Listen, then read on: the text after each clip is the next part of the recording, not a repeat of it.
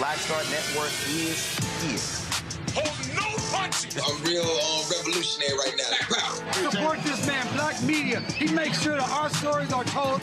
Thank you for being the voice of Black America, Roland. Stay black. I love y'all. All momentum we have now, we have to keep this going. The video looks phenomenal. See, this difference between Black Star Network and Black-owned media and something like CNN. You can't be Black-owned media and be scared. It's time to be smart. Bring your eyeballs home. You dig?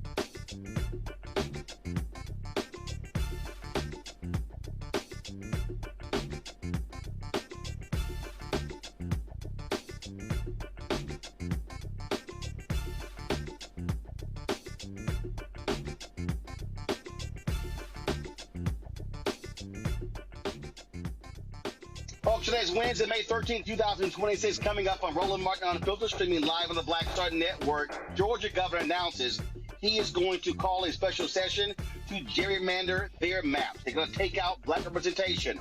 South Carolina governor says he's going to call a special session. They're going to take a second stab at taking out Congressman Jim Clyburn.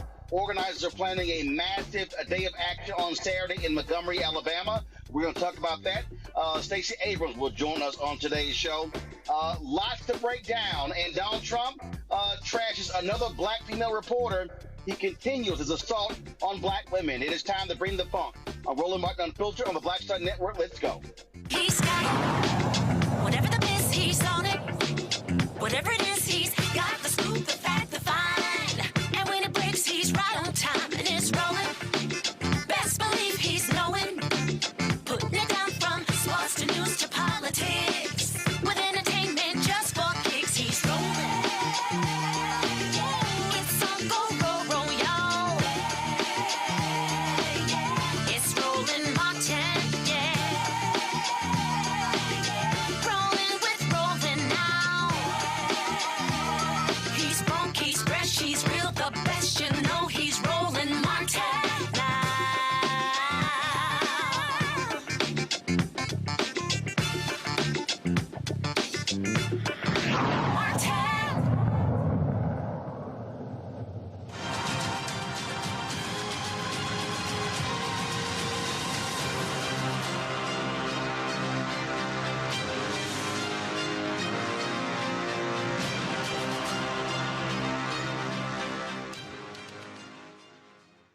Folks, the war on black America continues from the Republican Party.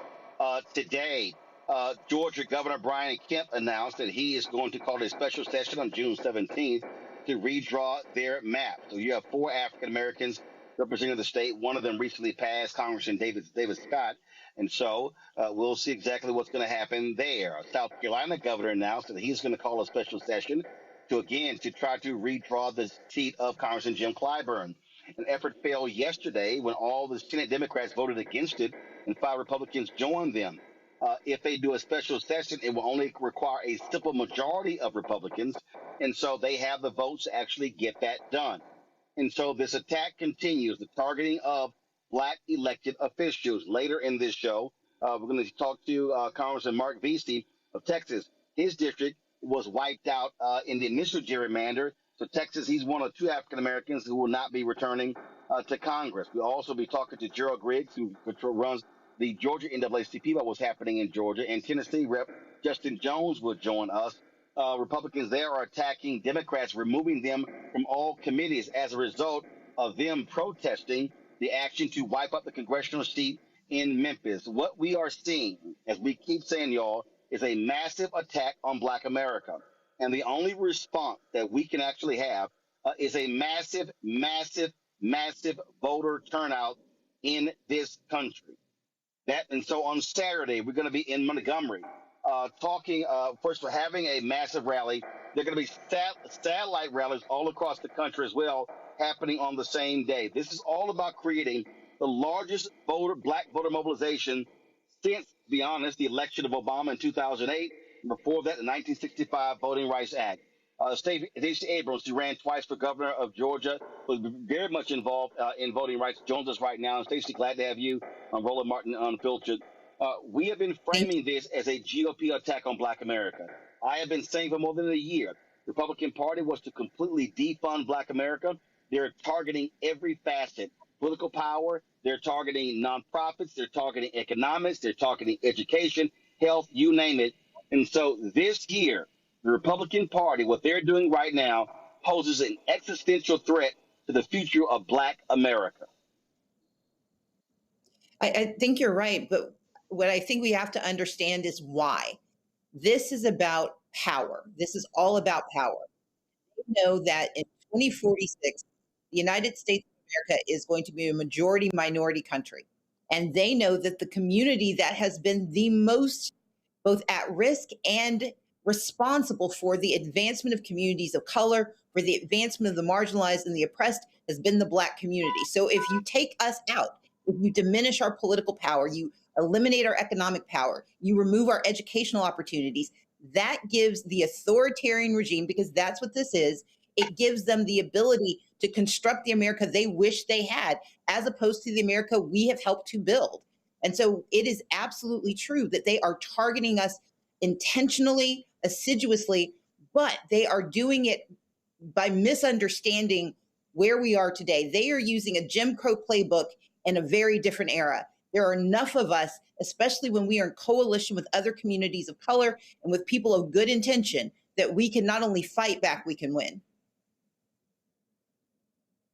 You're absolutely right. First of all, what you laid out is really the thesis of my book, White Fear, How the Browning of America is Making White Folks Lose Their Minds. I've been yelling and screaming this since 2009, that what is taking place today was going to happen.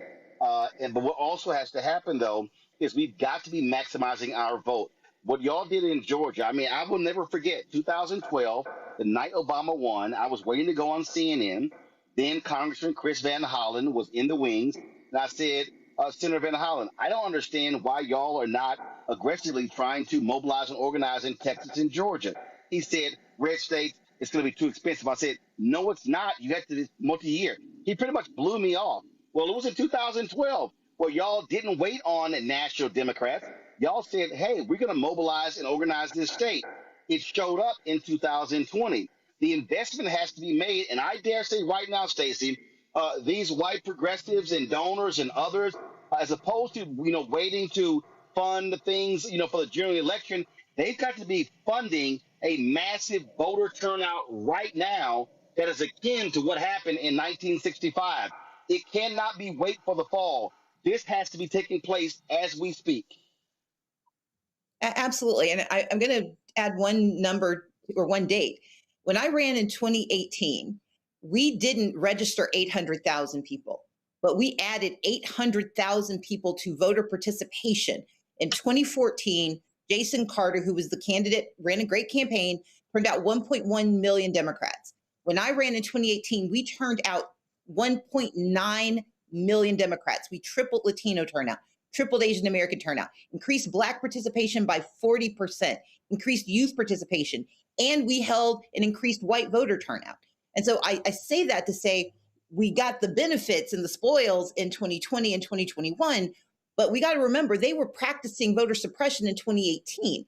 I am not saying, before people start flagging their hands, I am not saying I won in 2018, but I am saying that we saw a dramatic transformation in our electorate without national investment. It was not a presidential year investment that changed the demographic voting patterns in Georgia. It was a midterm election in 2018.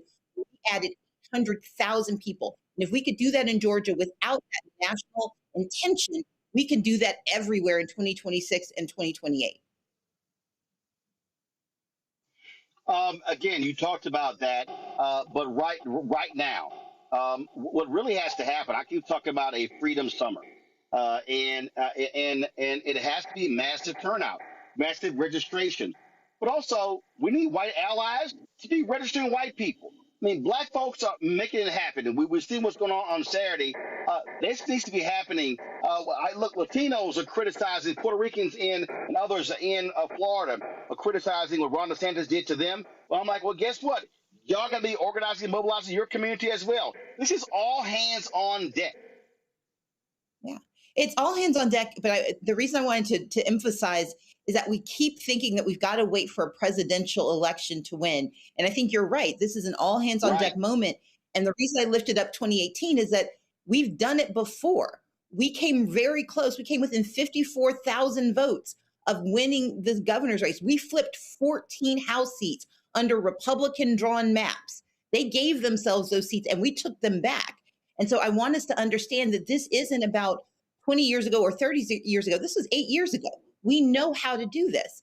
And you're absolutely right. We need the investment, but we also have to connect the dots. Since 2018, we've gone through COVID. We've gone through inflation. We are now heading into recession, possibly. We're in another war.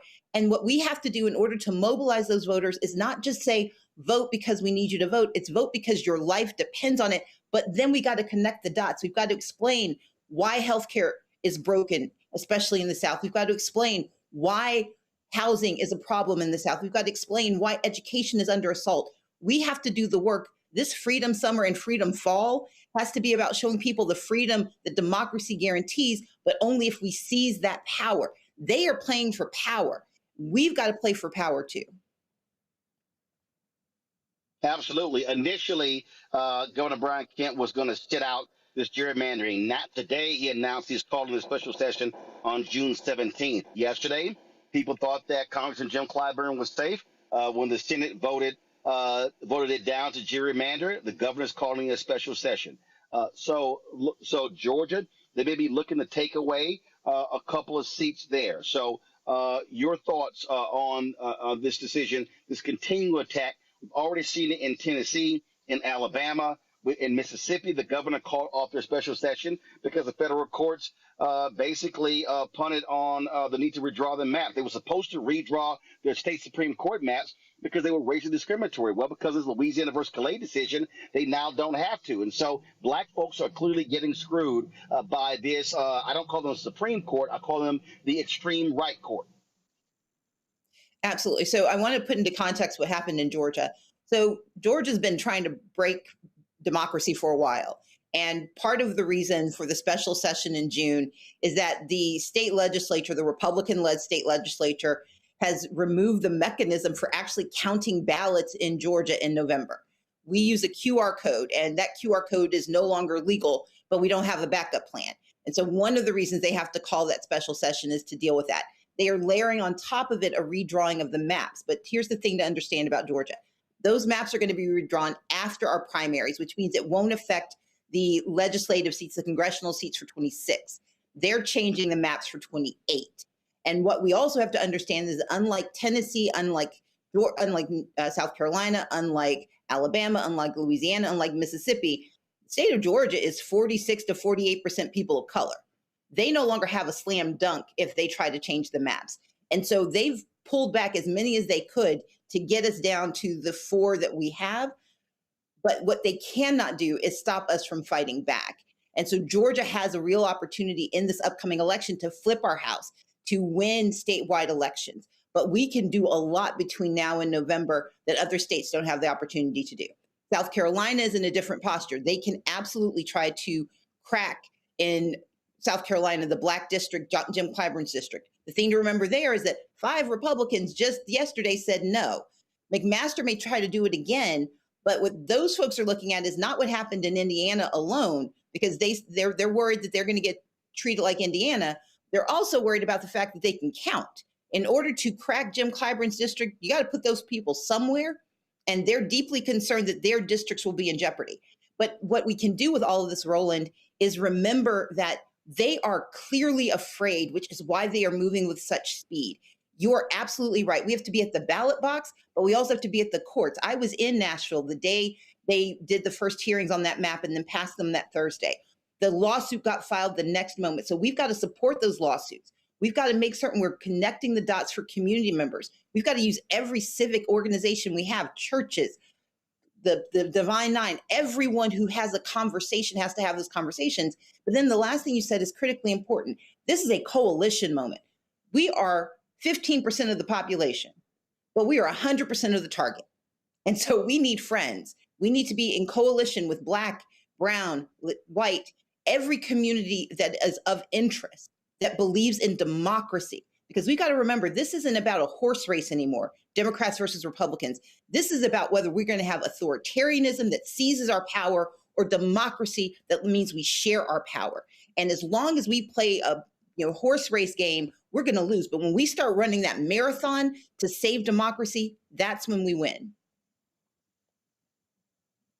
Last question for you. One of the things that I keep saying is that we have to inform, enlighten, educate folks of what's going on. To your point, here are the issues and walk them through. I also have been saying that in every one of these southern states, in every city, somewhere there should be a citizenship training event happening every single week. It has to be consistent. It can't just be speeches. It has to be literal training as well. June 12th and June 13th, y'all pull up in the control room. Bishop William Barber and I having a virtual training. We've already signed up more than 1,000 people. who want to get trained into organizing and mobilizing. Folks, if you want to sign up, click that link. If you go to blackstarnetwork.com or repairsofthebreach.org, you can actually click that link. You actually go to it. But this is what it's going to have to take. This is going to have to be a week-by-week, day-by-day thing. What I keep saying, Stacey, we can't wait until after Labor Day, September and October. No, it has to be now. There's a sense of urgency. It has to be taking place now. Well, I created the 10 Steps campaign, and I'm so proud that we have more than 70 partners. Those partners are national organizations across this country that are doing exactly what you're talking about. They're doing civic education. They're doing mutual aid. They're doing all of the things it takes for us to fight back. And that's why I shaped this as not a Democrat versus Republican thing. This is democracy versus authoritarian thing. When we understand, because you said at the top, this is an existential crisis. Do we have a democracy where we have shared power, where we have our individual freedoms, and where there is accountability? Or do we live under an authoritarian regime where they have seized all the power, concentrated it, taken our freedoms, and refuse accountability? And so the 10 Steps campaign, if you go to 10stepscampaign.org, that's where you can find who's operating and where you live. What can you do? We have a map. We have a mobilized link. We can help you find what you need, but we can also help you find the training that you need. Our mission is exactly what you're describing.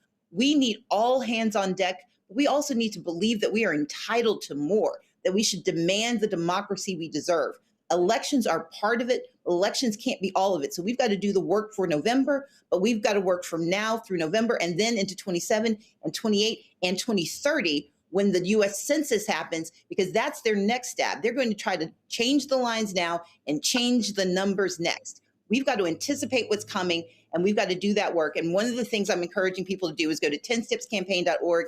You can learn about our Read Them Home campaign. You can learn about how you can get connected in your community, how we are in this fight together, because together we can win.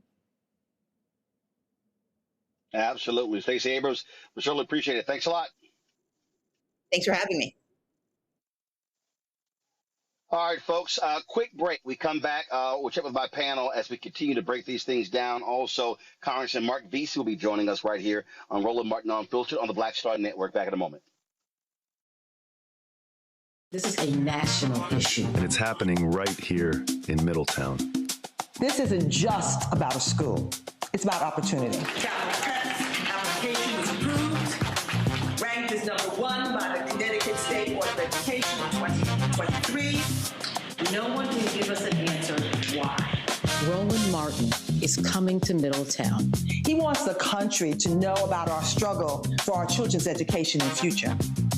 Families need an option. Children are waiting. Many children will fall in the gap. The examples are right there. We'll never know. Middletown has repeatedly been denied state funding without any legitimate or legal reasons. They're trying so hard to stop us opening the school that serves our community. They don't want for your children what they want for their own children. Every parent in the world wants the best for their child. We want to hold people accountable. We need to know the why, and you need to follow the law. We're going to do what we always had to do. Fight for justice. Fight for what is right. Be a part of this conversation. Ask questions. Demand answers. See you May 14th.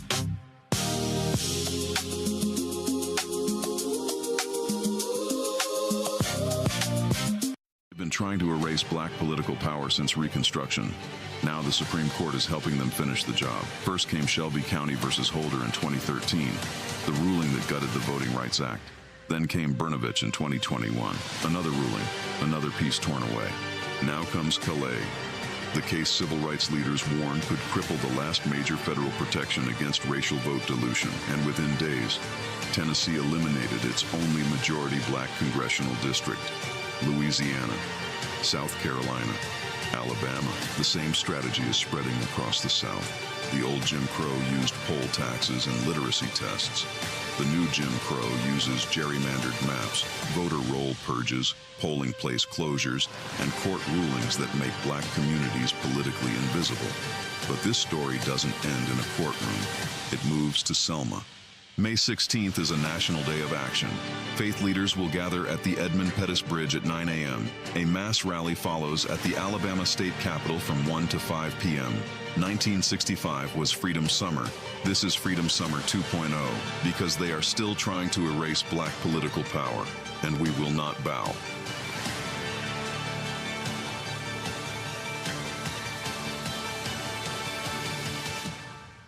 This week at the Black Table, we discuss a place, an idea, a dream, and a reality that everybody on the planet should know about. A place called Mound Bayou. What about black people creating their own country, not from the outside in, but from the inside out? That's next on the Black Table, right here on the Black Star Network.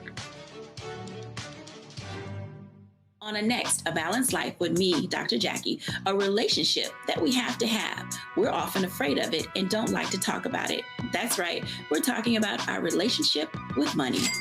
And here's the thing, our relationship with money oftentimes determines whether we have it or not. Balancing your relationship with your pocketbook, that's next on A Balanced Life with me, Dr. Jackie, here at Black Star Network. With medicine and science under attack, I want to keep you and your family informed and healthy. I'm Dr. Ebony Hilton, and I knew at the age of 8 that I wanted to be a doctor. So I studied hard and became the first African-American female anesthesiologist hired at the Medical University of South Carolina since its opening in 1824. And I always say I was made into a doctor, but I was born to be a mom. And as a new mom, wife, sister, daughter, and friend, I understand how frightening a medical crisis can be. I care for individuals on some of the worst days of their lives, and it's my mission to provide you with a safe space to gain clarity on issues affecting your mind, body, and soul. I recognize that there are health disparities, particularly as it pertains to race, and I want to help bridge the gap between you and your healthcare providers. Join me every Thursday for Second Opinion on the Black Star Network, where each week I'll invite experts from various medical fields to share the latest health news. We'll discuss topics such as the vaccine debate, mental and sexual health, medical bias, infertility, menopause, andropause, nutrition, and aging.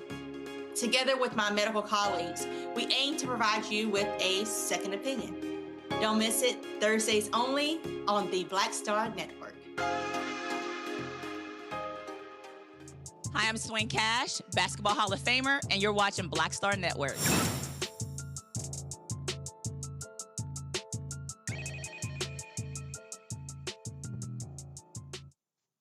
All right, folks, time for our panel. Rebecca Carruthers, President and CEO, Fair Election Center out of D.C. Robert Patillo, Civil Rights Attorney with the Patillo Law Group out of Atlanta. Zabora G., DEIA Consultant and Employment Specialist out of D.C. Let's go right to the panel. Listen, I've laid it out, Rebecca, all hands on deck. We now see what's going on. Georgia, South Carolina. We see what's happening. And again, this is undeniable. It is an absolute undeniable attack on Black America. Folk had better wake up.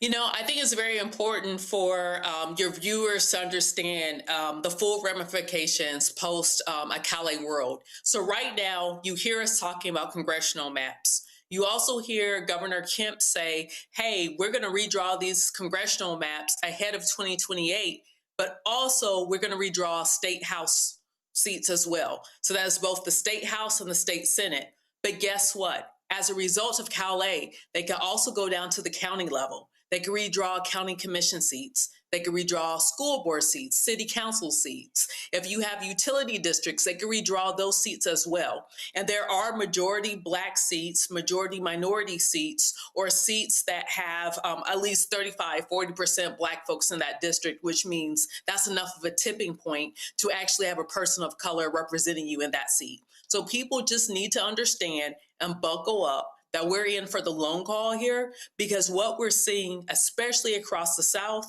but we're starting to see this appear in other states too with attacks on voting rights. For instance, in New Hampshire and Utah and South Dakota, recently they just passed some new changes that impact starting in these elections and then going into 2027. So we see an attack on redistricting, but we also see an attack on what it takes to register to vote. And we also see an attack on what it takes to stay registered to vote. So people need to understand that this is a full front assault on all sides when it comes to accessing the ballot box in this country. Robert, this is not about Republicans and Democrats. This is about white power, and they want white Republican power. You're absolutely correct. And the scariest part about this is there's a line from Gil Scott-Heron, The Winter in America, where he says, nobody's fighting because no one knows who to save. You have many people who are so discouraged by our electoral system, who have been so downtrodden by what they feel is being two political parties that do nothing to them, that as we saw in the last election, many people have just checked out of the political system. And now the apocalypse that we have been warning about for the last several decades is right here on the doorstep. And it seems that people aren't even motivated. And this just falls into the daily chaos that has been the current administration. People cannot become complacent. We cannot think this is just another passing story of the week. This is 60 years of the making. They have been wanting to overturn these laws for decades, for generations, and now they have that power. We've seen them chipping away at it. Now they've taken the full hatchet to it. And we have to get ourselves together and help people to understand that if you remove Black folks from Congress, let's just say, just take it at that simplest level. If you just take Black representation and cut it in half in Congress, well, the next time there's a question about police brutality, that bill isn't even making it to the floor for debate, let alone for a vote. And we're talking about Black maternal health. You can push that out the window. And nobody can be worried about that. There's no one in the room to talk about it. You want to talk about the unemployment rate in Black communities and diversity, equity, and inclusion programs. Those are all going to be gone for generations to come. We're talking about the resegregation of America. We're talking about setting Black America back a century, essentially. We're talking about forgetting all the things that our ancestors passed down to us and simply throwing it out the window without even putting up a fight. And I think that's the biggest issue for me. I need to see people fighting the way that this fight needs to be fought, because the other side is energized. The other side, they may have their little civil wars, their little discussions, but they are united in one thing. They want to take the right to vote away from Black people, and they want to have full power control over this country. Zabora, I am consistently saying that when you wipe out Black political power, you're wiping out the access to billions of dollars.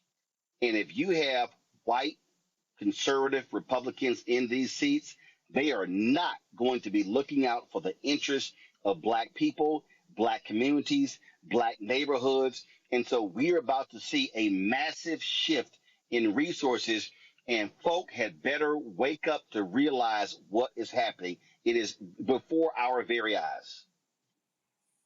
We are already seeing the massive cut in resources. We're looking at budgets being cut. We're looking at students that are in grad school about to lose Graduate Plus loans coming up in July. We're changing professions that have been professional programs that are taking a lot of time and a lot of work. We're seeing the attack not only in our voting, but we're seeing the attack in our education of our Black individuals. And if these things weren't important, why are they attacking them so much? We have to remember what Fannie Lou Hamer said: nobody is free until everybody free. And this voting isn't a preference. It's not something that is just something that we're doing for fun. Right now, people really have to understand that this is life or death. This is the future of your children, your children's children. And if you do nothing right now, what does that look like for them? What does that look like for their education? Things have been given to our generation just way too easy, where we have access to school. And even if it hasn't been fair or just, we've had access to it because of Pell Grants, because of all of these other resources.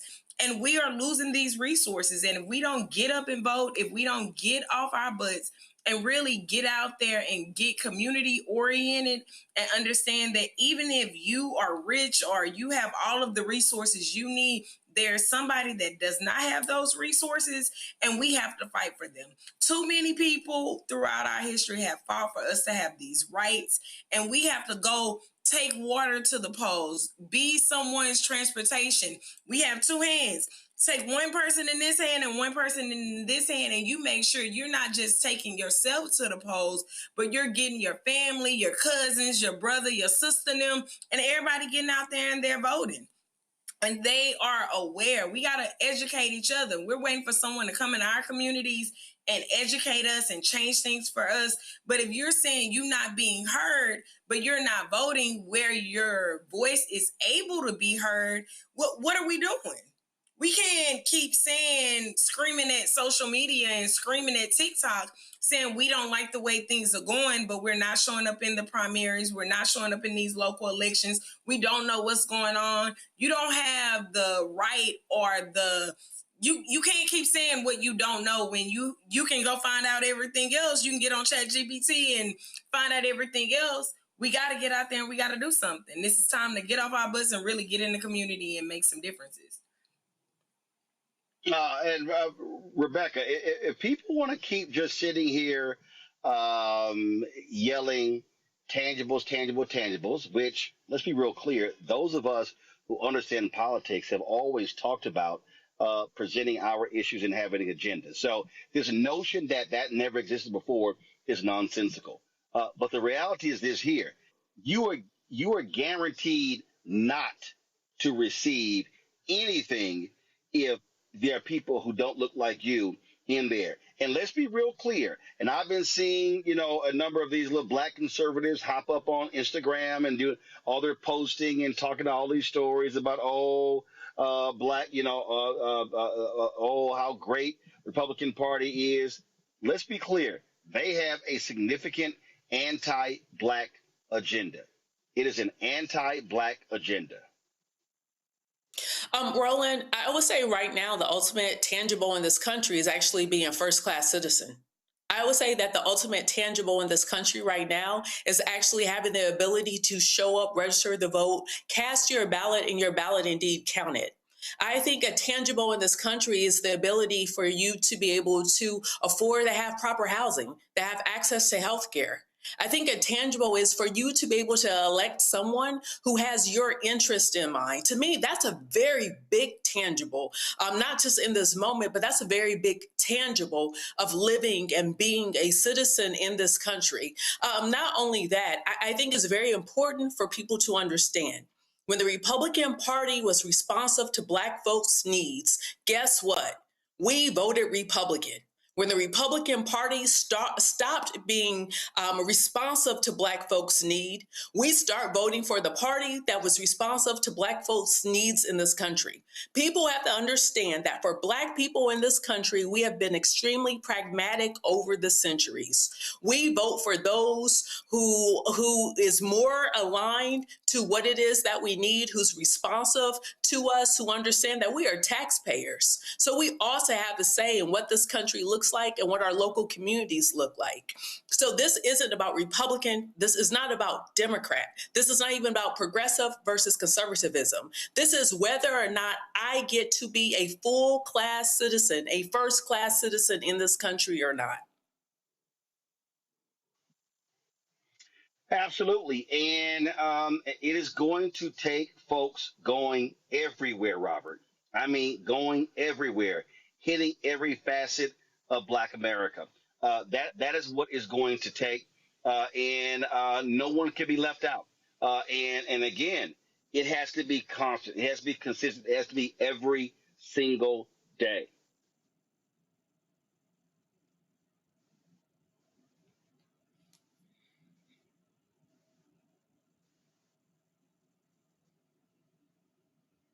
All right, Zabor, we're going to get Robert's signal straight. Zabor, that's for you.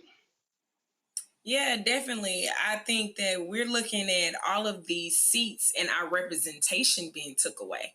If you have no Black people in the room, how do our interests be represented? So when you say I'm not showing up to vote, and I'm from Houston, we had so many people not show up to vote in these last few elections. When you say you're not showing up to vote and you're looking at them taking the seats away, we had Sheila Jackson Lee's seat forever, and now who knows what we're going to have with all of this remapping and how they're spreading these seats out in Tennessee. So representation matters. When you are not represented, your voice is not in the room. And so once again, I stand on, we got to do something. We cannot do this like We've been doing it. We can't keep sitting down. We can't keep looking at Texas and Louisiana are making headway and spreading their ideology throughout the rest of the U.S. And all of these southern states are where it's concentrated that they are still in our power. You know, they don't. We have 12% of Black people being represented in Congress already. So if you take away that representation that's already very minimal, what does that look like for us? What does that look like for our kids? Do we see what's going on with the Department of Education? Do we see what's going on with the enforcement of disability rights? And these things are impacting every area of our life. And if we are not careful, we're going to lose, and we're going to wake up and not be able to say that we did anything about it. Robert, having numbers mean nothing if you do not use your numbers. This is the thing that I think people need to understand, that that we can turn this gerrymandering fight right back against these people if we organize. You know, Georgia's a state where I'm at, where we're talking about 36% of the population being African-American. You add in Latinos, we're pushing 40% of the population in this state. So you want to redraw these maps? Well, let's register people. Let's turn out people. Let's build the type of coalitions that we've needed.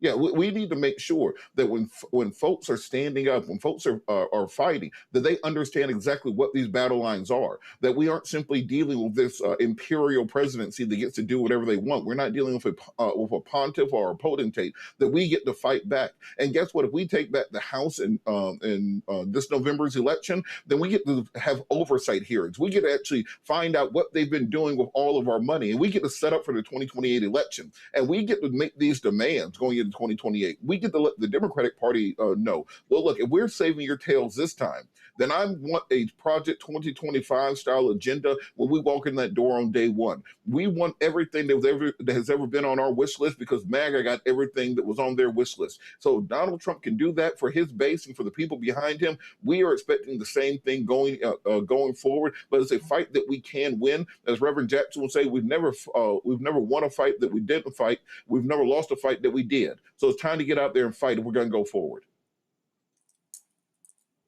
Absolutely. All right, folks, got to go to a break. We come back more on Roland Martin Unfiltered. We'll be joined by Congressman Marc Veasey on the show. Also, we'll talk with the leader of the NAACP in Georgia about what Brian Kemp is trying to do there. You're watching Roland Martin Unfiltered right here on the Black Star Network. Back in a moment. This is a national issue. And it's happening right here in Middletown. This isn't just about a school. It's about opportunity. Application was approved. Ranked as #1 by the Connecticut State Board of Education in 2023. No one can give us an answer why. Roland Martin is coming to Middletown. He wants the country to know about our struggle for our children's education and future. Families need an option. Children are waiting. Many children will fall in the gap. The examples are right there. I guess we'll never know. Middletown has repeatedly been denied state funding without any legitimate or legal reasons. They're fighting so hard to stop us opening the school that serves our community. They don't want for your children what they want for their own children. Every parent in the world wants the best for their child. We want to hold people accountable. We need to know the why, and you need to follow the law. We're going to do what we always have to do. Fight for justice. Fight for what is right. Be a part of this conversation. Ask questions. Demand answers. See you May 14th.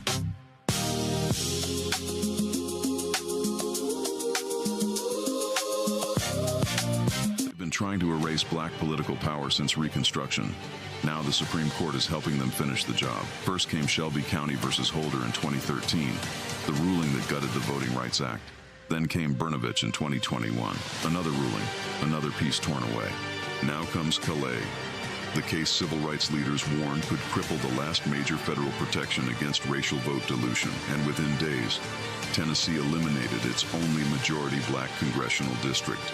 Louisiana, South Carolina, Alabama, the same strategy is spreading across the South. The old Jim Crow used poll taxes and literacy tests. The new Jim Crow uses gerrymandered maps, voter roll purges, polling place closures, and court rulings that make black communities politically invisible. But this story doesn't end in a courtroom. It moves to Selma. May 16th is a national day of action. Faith leaders will gather at the Edmund Pettus Bridge at 9 a.m. A mass rally follows at the Alabama State Capitol from 1 to 5 p.m. 1965 was Freedom Summer. This is Freedom Summer 2.0 because they are still trying to erase black political power, and we will not bow.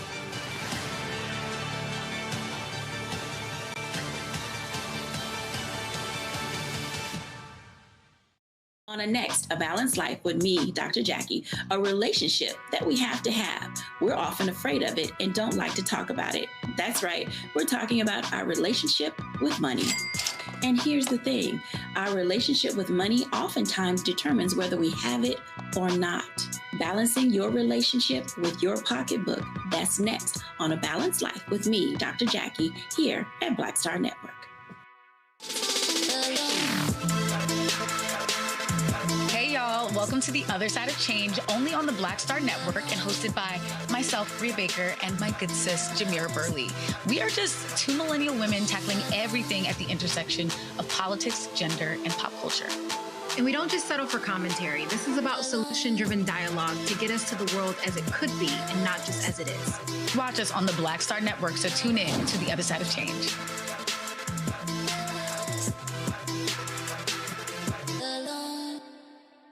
This week at the Black Table, we discuss a place, an idea, a dream, and a reality that everybody on the planet should know about. A place called Mound Bayou. What about black people creating their own country, not from the outside in, but from the inside out? That's next on the Black Table, right here on the Black Star Network.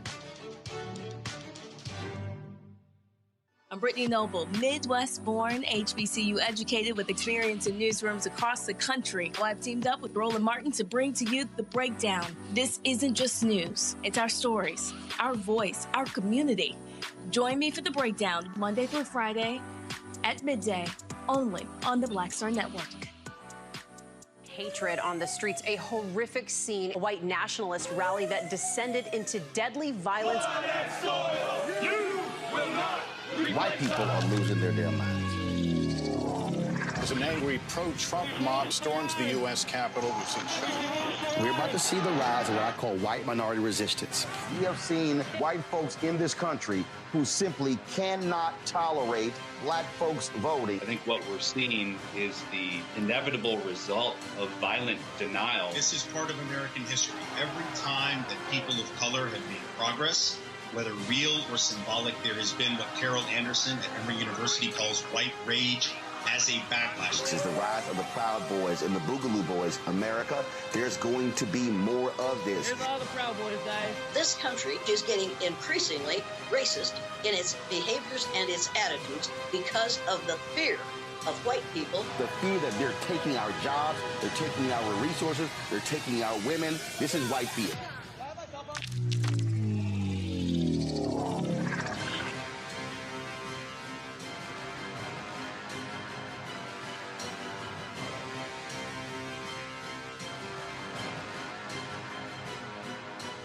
What's up? It's Talib Kweli. I'm CEO. This is the Black Star Network.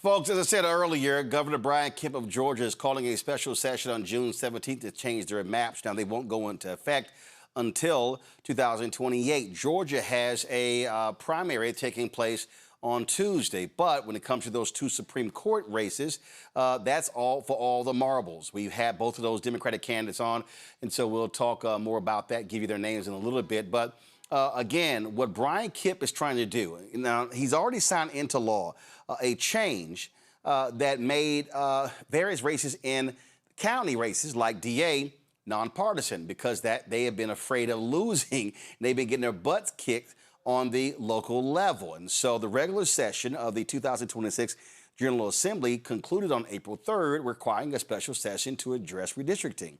According to Kemp's proclamation, lawmakers will have two specific purposes during the special session. The first is to consider enacting, revising, repealing, or amending a state law regarding the division of Georgia into appropriate districts for the state Senate, state House of Representatives, U.S. House of Representatives, or any other state office elected by any district. Any changes made will take effect for 2028. The second purpose, to address challenges arising from the July 1st effective date of modifications to the state election code enacted under 2024 Georgia law. To talk about this is Gerald Griggs, the president of the Georgia State NAACP. Gerald, glad to have you here. So walk us through, how do you see this? How do you see what's going on here? In addition, of course, Kemp, like I said, just signing this this bill making certain elections nonpartisan in 5 major metro Atlanta counties. Now, not the whole state, just those 5 counties. So what you have here is a continued power grab by the governor in signing that bill, which specifically targeted 5 metro Atlanta counties in certain races like DA races and other races, to be able to remove the partisan envelope from those races. They were DA races, county commissioners, tax commissioners, and other local offices.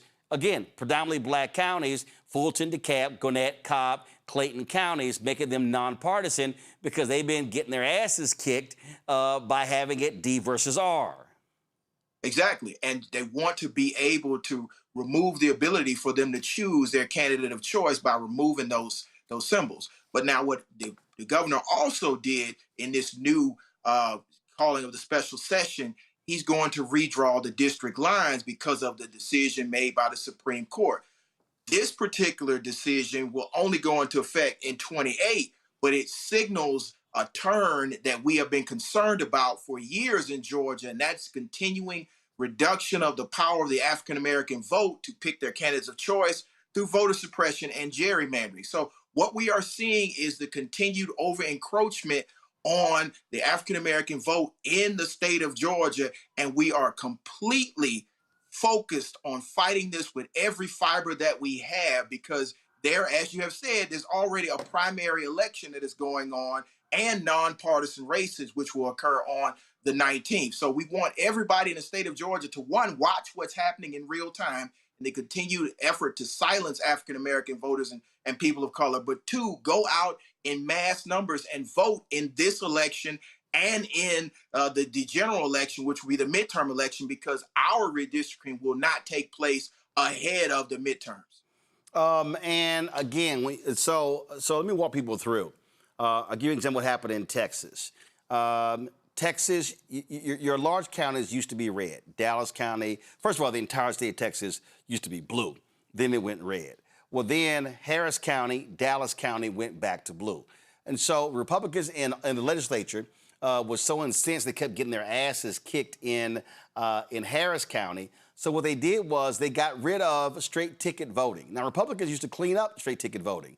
Well, then Democrats figured out how to mobilize and organize around that. So then they got rid of straight ticket voting. The last time you had straight ticket voting in Texas was 2018. This is what Republicans do. They are constantly trying to change the law to rig elections to make it easier for them to win, because they cannot win in places where you have to make an argument to the voters why you're the best. And so what they want to do in this case, by this law he just signed, they want folks not running under a D or an R banner. And so to be able to say, oh, no, let's sort of cloud who's running. Now, when you talk about redrawing these lines, they want to sit here and wipe out black political power on the state level with state reps, state senators, and it can go all the way down.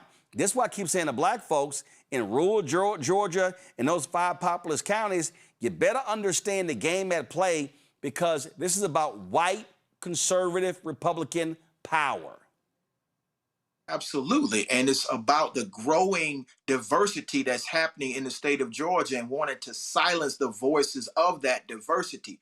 In those 5 counties, we had an unprecedented turnout to elect 5 female black district attorneys, as well as other elected officials. And so That's why they're targeted them with specificity. And then when we talk about the redistricting, we continue to see the diversification growing in the Black Belt down below Macon, as well as the metro Atlanta counties. Now you're seeing more and more counties taken over by African Americans and people of color. And so they are targeting them to make sure that on the congressional level, that they silence those voices. But he's gone a bit further in redrawing district lines for state Senate as well as state House, which we haven't seen in the other redistricting battles. It was simply the congressional district. So our governor is going a step and beyond to redraw the lines, and he's used to doing this. He's the same governor when he was a Secretary of State.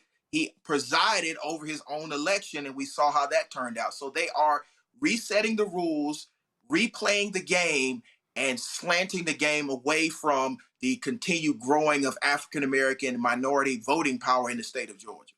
Absolutely. Questions from our panel. Zabor, you first. So I guess my question would be, we see all of the things that's going on, but what would you say to the young person that is just feeling overwhelmed with everything that's going on and they don't feel that their vote counts in those areas? And how do we get them from just complaining about it to really getting active in the communities and seeing how they really are affected and do something, give them some tips on how they can change, really impact change? Well, I think we have to educate them on the power of their vote. If your vote didn't have power, they wouldn't be trying so hard to disenfranchise you. And in Georgia, you have an opportunity to push back on that in real time because, again, he set it out to 2028. And so we have the 2026 midterms where in the state of Georgia, for the first time, you can flip the state house and then be in control of redistricting. So what I would say to the young people is this is an opportunity to learn from your history because we in Georgia have a long history of pushing back on these draconian efforts to suppress the vote and to push back on our growing political power. But you also need to understand that they're trying to overwhelm you.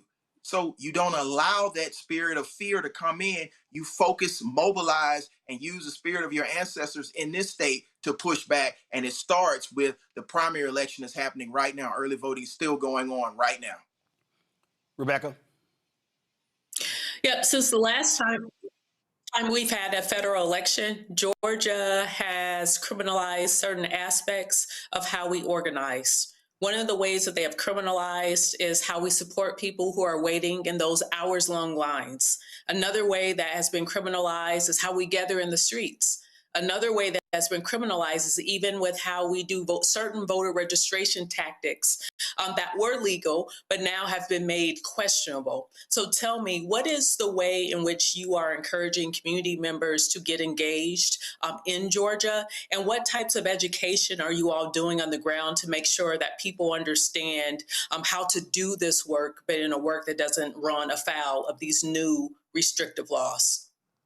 And thank you for that question. It's important. So you're talking about Senate Bill SB 202, which we are currently in litigation right now for that bill. But what I would simply tell people is for the line warming provision, move it back 50 feet and make sure that you are not providing food or substance for somebody to actually vote a certain way, but you are providing comfort for them. So you move it back a few feet. And what we simply say as far as organizers are concerned, make sure that you're in direct contact with our legal defense team, the NAACP LDF, or the Lawyers Committee on Civil Rights, or your local civil rights activists so you can know what your rights are under the new election code while it's still under litigation. And most importantly, what I would tell individuals is you need to be a part of an organization that's been doing this for decades so that you can understand how the changing terrain will change our tactics. We need to organize, we need to be ready to mobilize, and we need to be strategic in how you deal with these new attempts to suppress the vote. But what I would simply say to those organizers is we have to be steadfast in our use of our tactics, but we do have to revolutionize them. Every time that we are successful, we expect them to try to change the law, and we have to be one step ahead of them. That's why you always stay engaged with your local civil rights attorneys, and you make sure you understand the new code and what you can and cannot do. Robert? Hey, Gerald, how are you doing? Hey, One brother, of the what's things I up? think we both, yeah, I'm doing great. I think one thing both of us have seen just on the ground here in Georgia is that it seems like every time we start making progress, every time we start actually moving the ball forward, over the 20 plus years both of us have been in this, that the Republicans always seem to be able to, when they get back into power, unite and make a concentrated effort on attacking the vote. Whether that be the first voter ID bill way back over 20-something years ago, whether that is redistricting, how do we make sure we're getting ahead of these issues going forward so that we're not caught on our back foot where we're always seemingly fighting back against these things, but when we actually have power, when we actually have majorities, that we can push forward the type of legislation that's necessary to prevent these things and head them off before they take place? I think in Georgia, we're at a particular crossroads here because we probably will see with the results of the midterm election in 26 to take over the state house. And once we take over the state house, we got to pass the John Lewis Voter Advancement Act, which would allow from the Georgia Constitution more power to protect voting on the state level. So I think that's first. I think secondly, we have to make sure that we elect individuals that have a backbone and that have imagination to understand that there's always going to be a direct attack when there's any progress, and we have to prevent that direct attack by being preemptive instead of reactive. And I think third, we have to summon the courage of our ancestors to return to the old strategy of mass meetings. It's incumbent upon us to organize digitally and to talk about these things, but we got to get together around the table in our churches, in our community centers, and plan so that we can be ready to mobilize at a moment's notice. And I think that's one of the things that the state conference of the NAACP has already launched. We already have our GOTV that's already running strong. So we're going to make sure that there's record turnout in Georgia. There's already been over 500,000 have already early voted. But we need to make sure we get back to the basics. And the basics are the mass meetings so people can understand what's happening in real time and be ready to mobilize. All right, then.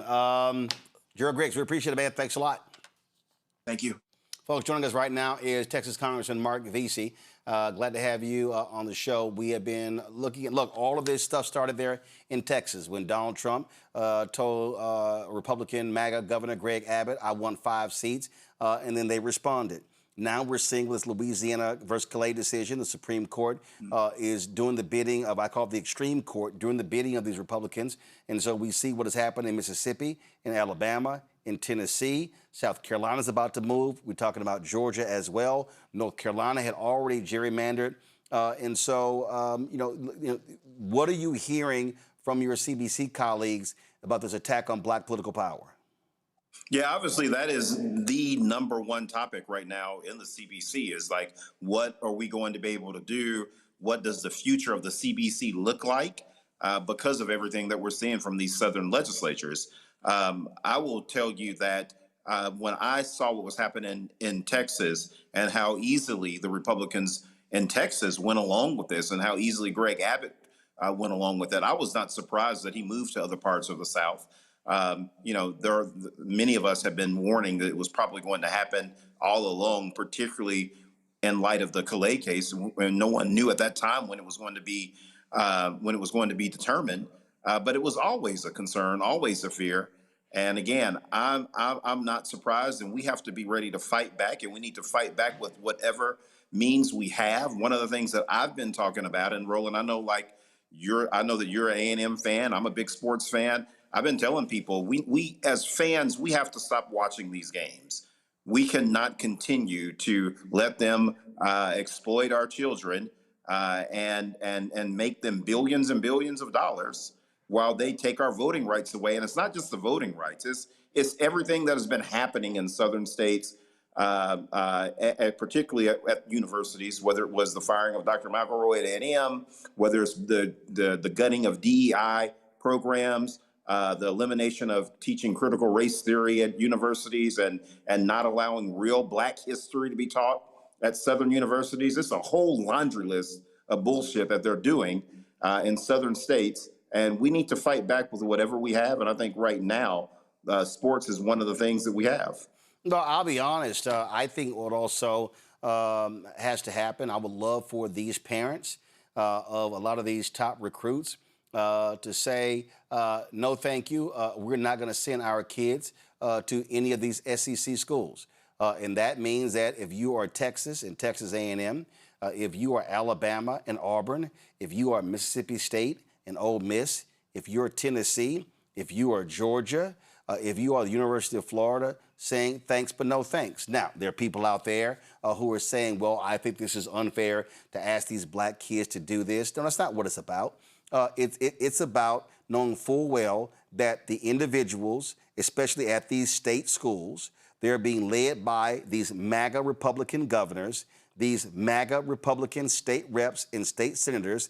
They want to cheer them on. They love DEI Saturdays, but they cannot stand DEI. They love having these black bodies bringing them joy, bringing in millions and billions of dollars, but they want to deprive black communities of resources. You had Kathleen McElroy, an esteemed journalist, a graduate of Texas A&M, who was willing to come back to run their journalism department, and it was Republicans on that Board of Regents who were being told by Greg Abbott, do not do this. It was a black man, Bill Mayholmes, who was the chair of the Board of Regents, who went along with this. It cost taxpayers $1 million to settle with her. And I said then, top black recruits do not come to Texas A&M. And so we know when black athletes stand up. When you had that brother,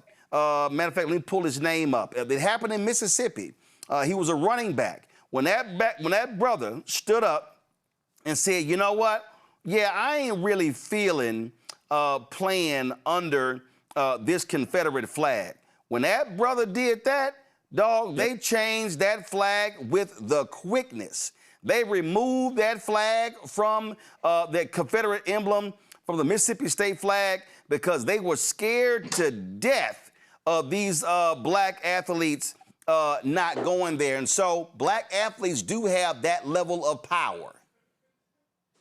Yeah, black athletes absolutely have that level of power, and we need to use it. And, you know, people are saying that we shouldn't put this just on the athletes, and I agree with that. We need to make sure that we are doing our part. I'm not buying any merch. I'm not watching any of the regional games. I will watch some West Coast games. I'll watch some games in conferences where they're not, where the states are not treating black people like we're their property again. But I am going to do my part.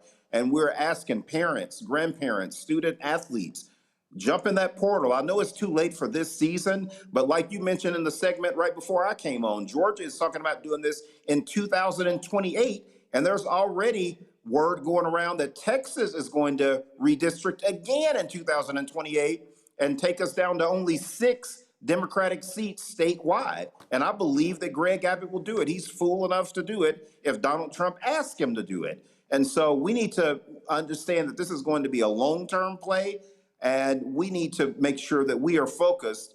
And like you said, there was just one guy in Mississippi that made a difference. Yeah. If we can get a handful of athletes and a handful of parents to go along with this, and we stop watching and that money stop coming in, we can make a difference. His name was Kylan Hill. Kylan Hill, this was on, I need everybody to understand, go to my iPad. This was on June 22nd, 2020. Okay? June 22nd. Kylan Hill tweeted, either change the flag or I won't be representing this state anymore 100%. And I meant that I'm tired. This was in response to a tweet from Mississippi Governor Tate Reeves. Saying that people are floating this other flag, and so how they're not going to change it. Well, guess what happened? 8 days later, that flag was gone. Yep. Because right. White coaches, other players joined in. White coaches went to them and said, "Hey, man, listen, we went to lose some black ball players."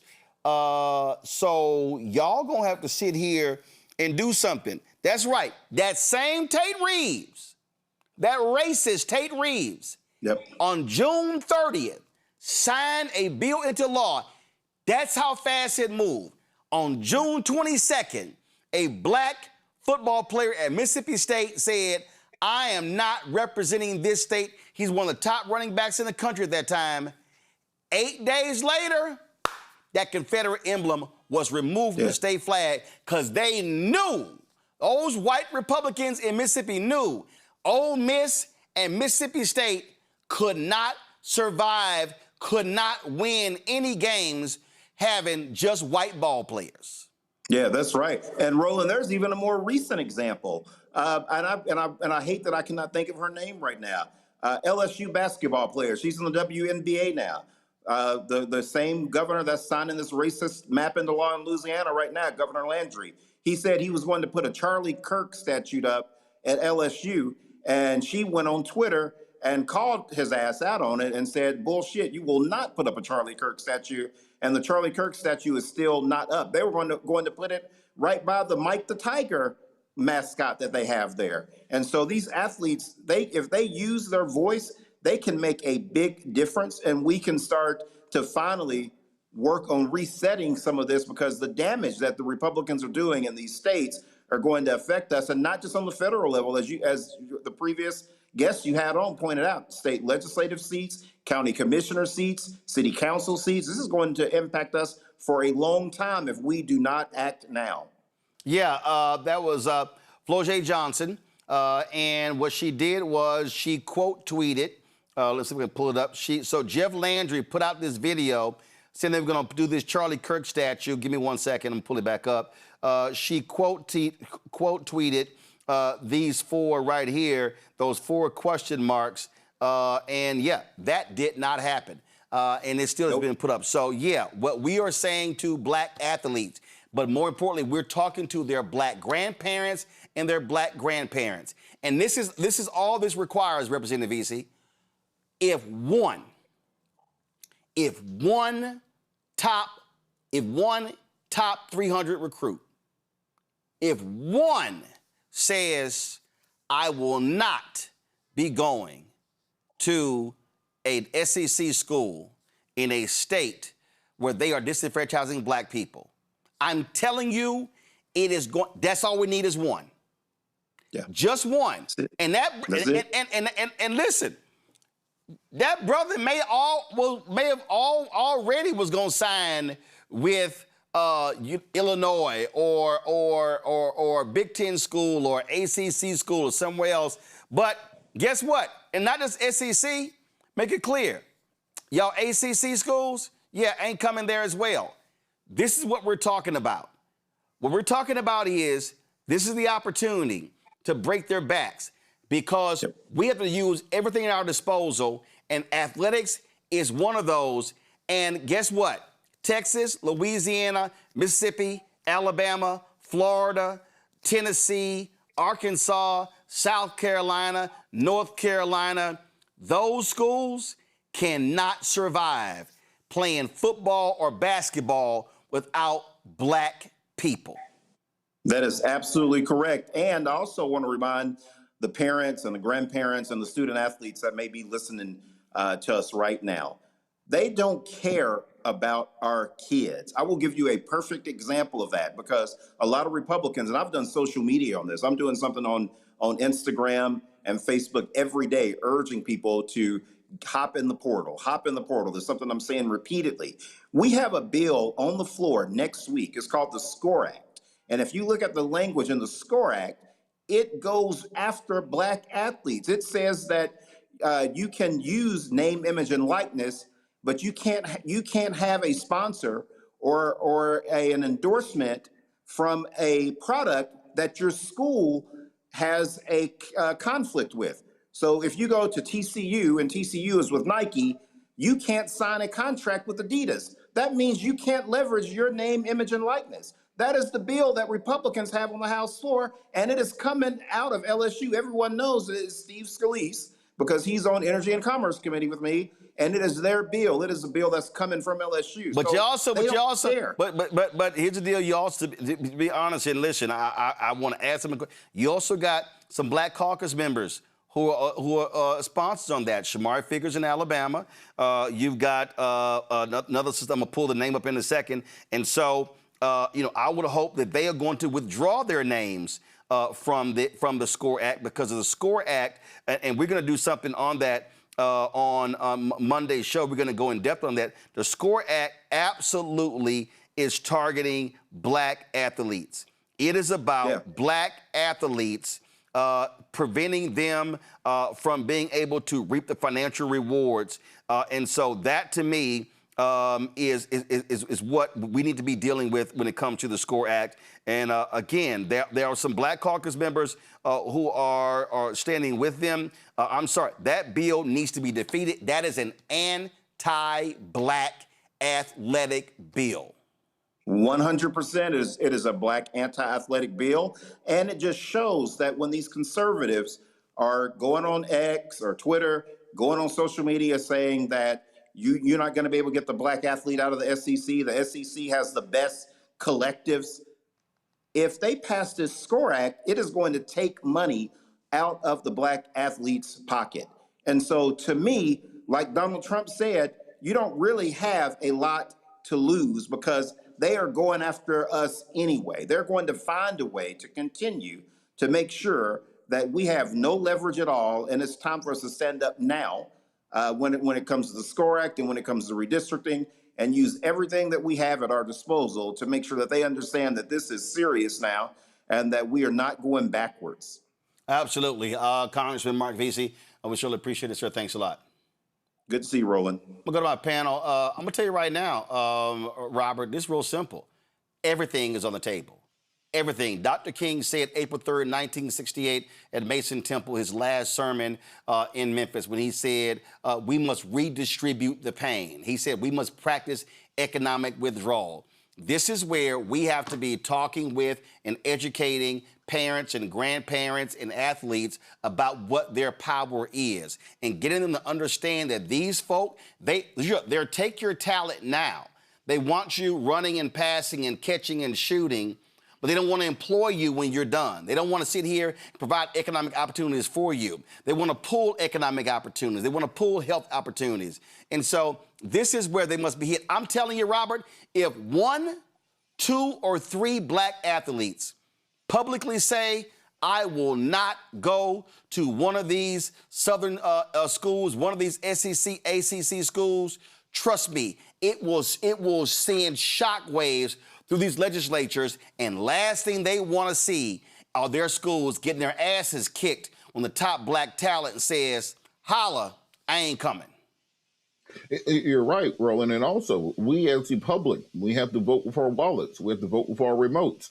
We have to vote with our activities. On Saturdays, if you are saying that the students need to make these decisions, then we need to make those decisions also. We need to be doing something else on our Saturday afternoons other than watching SEC football. Because if we are saying that they are exploiting these athletes, then every eyeball that we're given, every penny that we are betting on them on DraftKings, every jersey we are buying, every piece of merchandise, every ticket to the game, that's all supporting that same system. So we can't be saying that other people need to be sacrificing, but we're not willing to make the sacrifice. We can absolutely make these policies go away exceedingly quickly if all of a sudden, not just with our dollars we're not supporting them, but with social media and societally we're not supporting them, because black folks are the taste makers of America. We set the social trends. You ain't got no heat in the streets, as they say, unless you were popular in the black community. So if we are going to say the athletes need to have a blackout of these schools, then we need to have blackouts there also. Show up at your local HBCU, buy tickets, donate to the booster fund, hang out for the fifth quarter. If you're an Alabama fan, become an Alabama A&M fan. If you're a UGA fan, become a Clark Atlanta fan. And you do that across the board, you'll see these policies changing real fast. The 2 members of the CBC, Congresswoman Sheila Bynum Coleman and Congressman Shamari Figures, are the 2 who are co-sponsors of that SCORE Act. And Rebecca, it's not just turning it off. Guess what? Meet those folks with protests. Let them know what's going on. See, again, apartheid got taken down because of money. Apartheid got taken down because it was sanctions. because it was divestment. And this is what needs to be happening right now. We should be asking questions of the largest companies in Mississippi, in Alabama, in Florida, in Tennessee, in Georgia. Do y'all stand with them or do y'all stand with us consumers?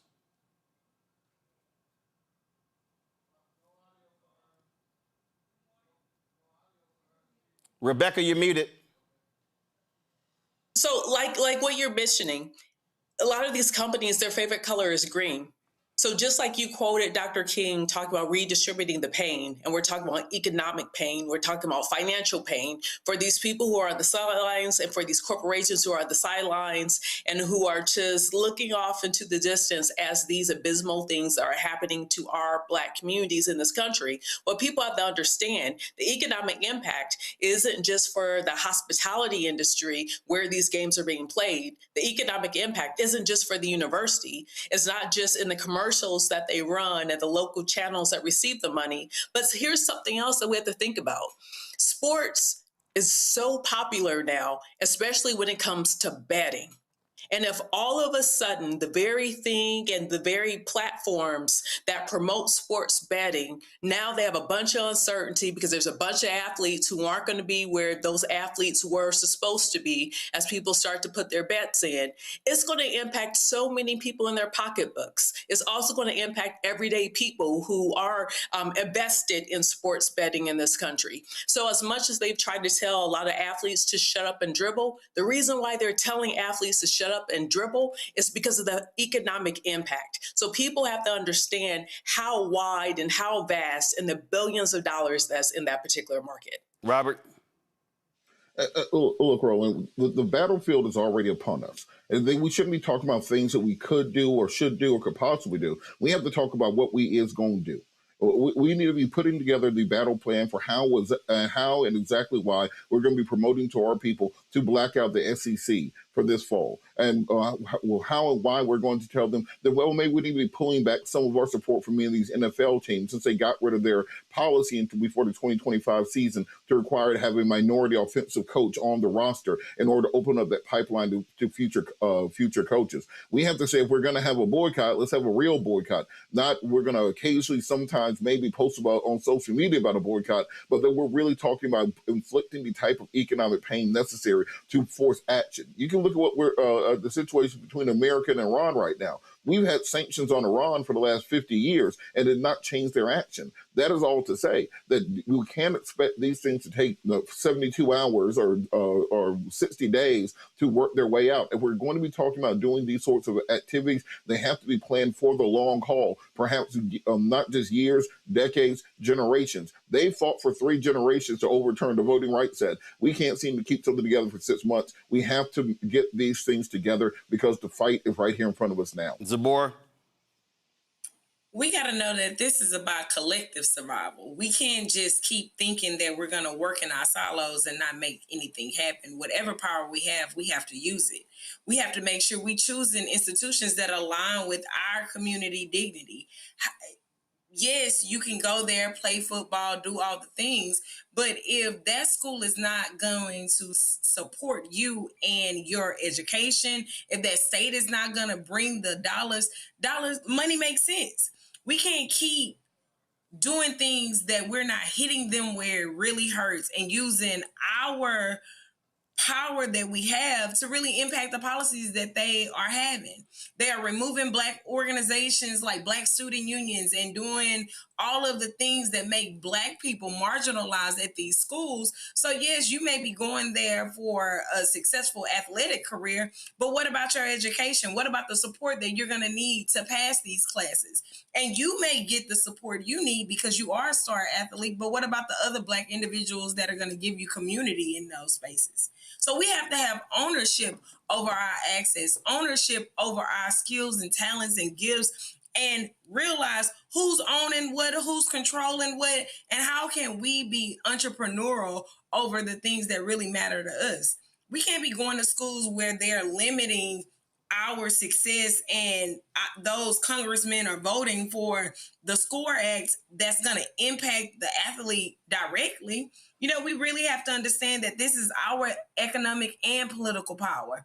And they're not separate. They're one thing, and we got to utilize them in that way. We got to get smart about how we're using our economic and political power and really realize that it's not just affecting you, it's affecting your classmates, it's affecting your family, Yep. and it's going to affect your bottom line. Yep, absolutely. All right, folks, got to go to a break. We come back. The Attorney General, the MAGA Attorney General in Louisiana, at war with the New Orleans City Council. AG Liz Merrill fires off a letter. Well, the mayor of New Orleans, Helena Marino, fires back at her. We'll talk about that. We'll also hear from Tennessee State Representative Justin Jones about the MAGA Republicans there wiping out Democrats from all committees because they didn't like them protesting the stripping Memphis of a congressional seat. We'll discuss that as well. Donald Trump attacks another black female reporter. We have that for you as well. Folks, you're watching Roland Martin Unfiltered on the Black Star Network. Don't forget to support the work that we do. Join our Bring the Funk fan club. Listen, there's no other show in America. There's no other show that is speaking to the issues that is sitting here centering us every single day. And so your support of this show is absolutely critical. So please support us by joining our Bring the Funk fan club. Use the Stripe QR code. You see it right here. If you're listening, go to blackstarnetwork.com. That's for Cash App and credit cards. Checks and money order. Make it payable to Roland Martin Unfiltered, P.O. Box 57196, Washington, D.C. 2003 7-0196. PayPal on Martin Unfiltered, Venmo RM Unfiltered, Zelle Roland at RolandSMartin.com, Roland at RolandMartinUnfiltered.com. We'll be right back. This is a national issue. And it's happening right here in Middletown. This isn't just about a school. It's about opportunity. Application was approved, ranked as #1 by the Connecticut State Board of Education in 2023. No one can give us an answer why. Roland Martin is coming to Middletown. He wants the country to know about our struggle for our children's education and future. Families need an option. Children are waiting. Many children will fall in the gap. The examples are right there. Guess we'll never know. Middletown has repeatedly been denied state funding without any legitimate or legal reasons. They're trying so hard to stop us opening the school that serves our community. They don't want for your children what they want for their own children. Every parent in the world wants the best for their child. We want to hold people accountable. We need to know the why, and you need to follow the law. We're going to do what we always had to do. Fight for justice. Fight for what is right. Be a part of this conversation. Ask questions. Demand answers. See you May 14th.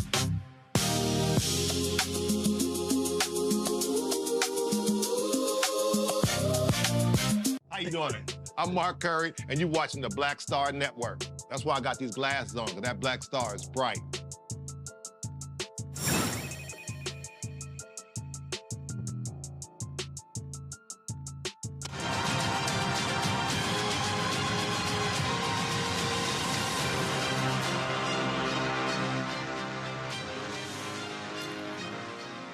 So a black man in New Orleans who served time in prison gets elected to the criminal court. Well, the Republican-controlled legislature decide on their own, you know what? We're going to get rid of that position. So therefore, we're going to merge the criminal clerk with the civil clerk. Then,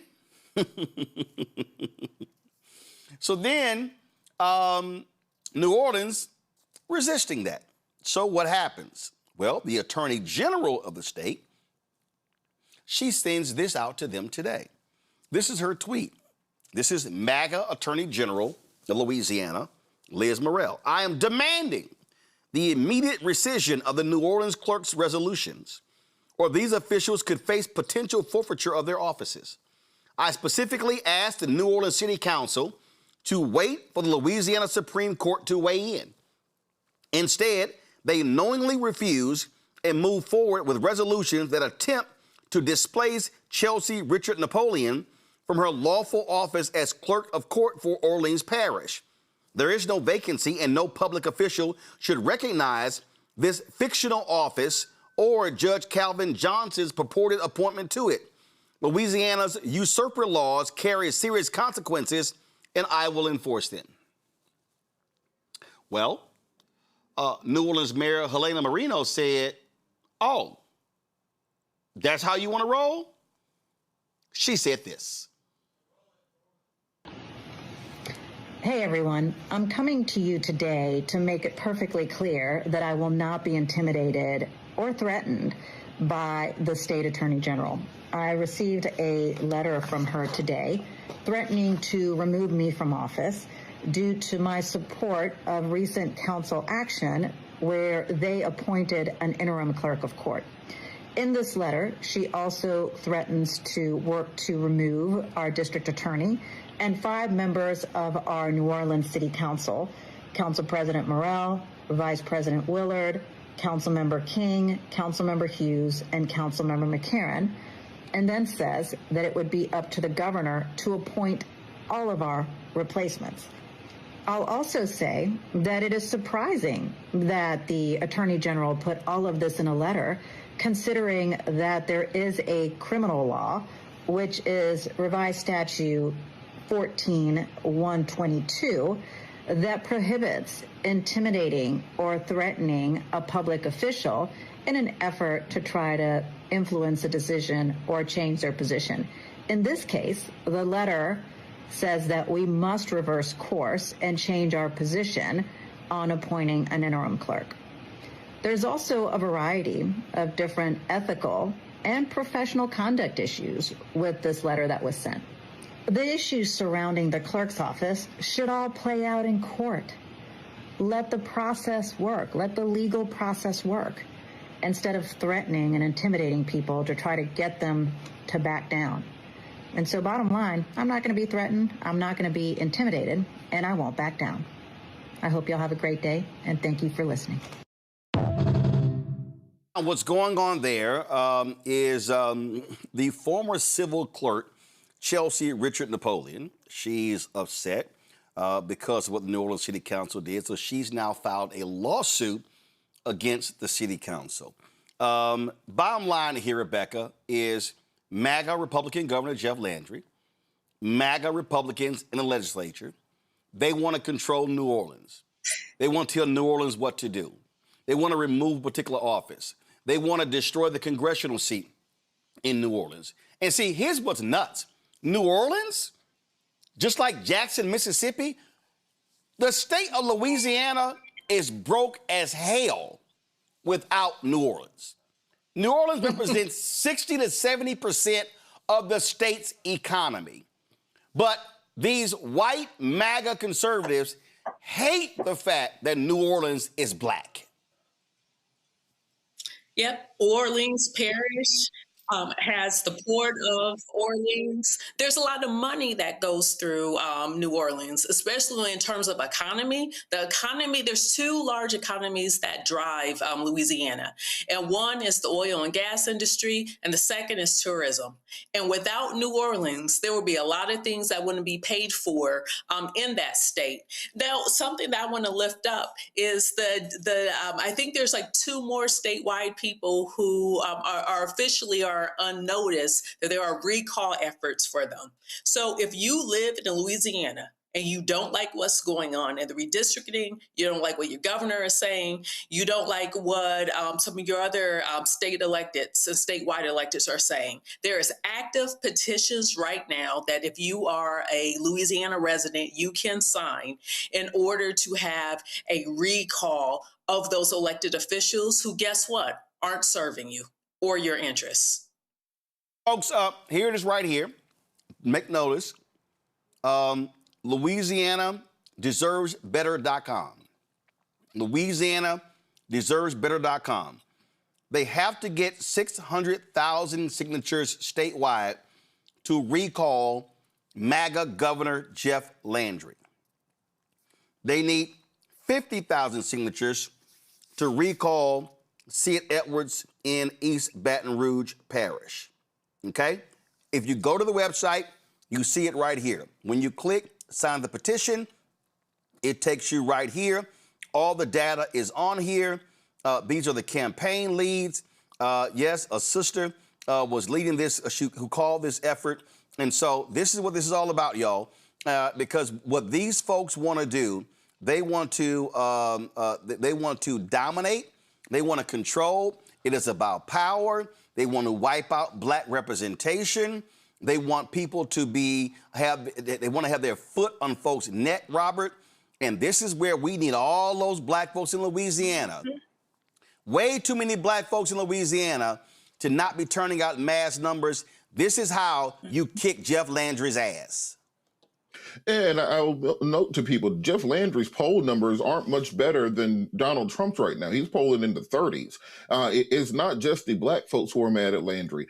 Poor folks in that city, rural farmers, many people who were promised many of these things by conservatives when they come into office are very dissatisfied. And it's not enough simply to recall the governor if you're going to have just his acolytes there also behind him. You have to change the entire legislative system. You have to make sure that, particularly in the Deep South, but African-American population numbers are continuing to increase as a percentage of state population.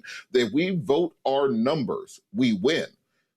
It just comes down to that. It's a turnout game at this point in time. If we build the coalitions that are necessary, if we put together the type of groups that can go out and motivate particularly the young people, because I haven't seen young people this disenchanted with politics in probably the last 25 years of doing this and being involved in this work. That if you talk to Gen Zers, if you talk to Gen Alphas, you have to remember that if you're 18 now, you've been living through Donald Trump since you were 8 years old.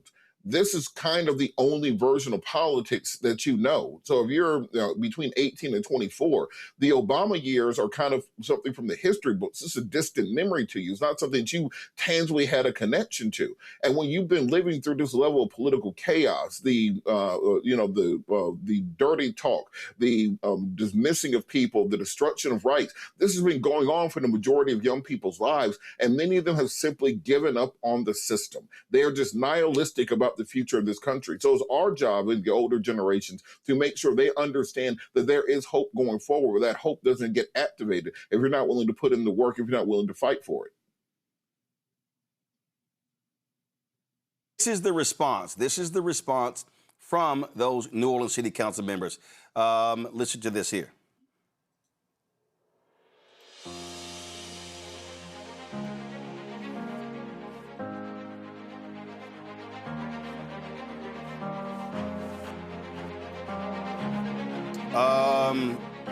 Yeah, give me a second. Come back to me.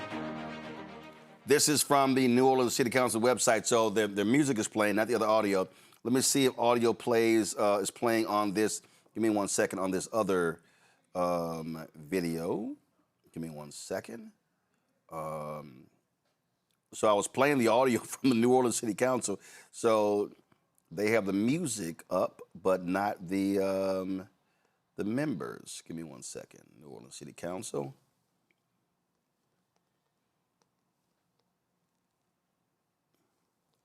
So the mayor has responded, and so do the city council members responding as well. Let's see here. Is the audio straight on this? Should I hear the speakers?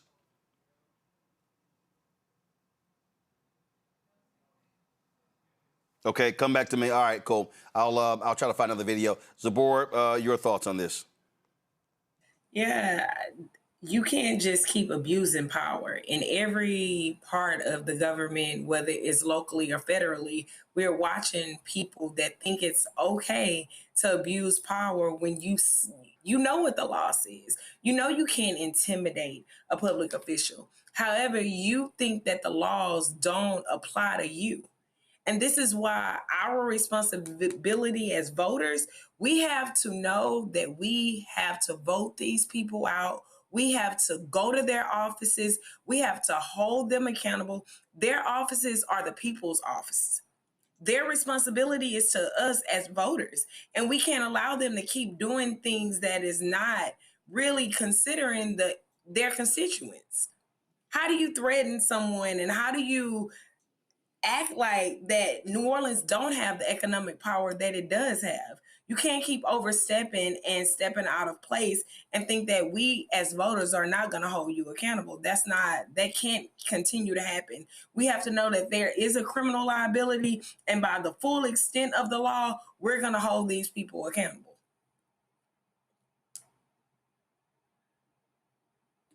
When you are using state power to pressure locally elected officials, you're risking crossing those lines from oversight to intimidation. Hold tight 1 second. This is the city council members responding.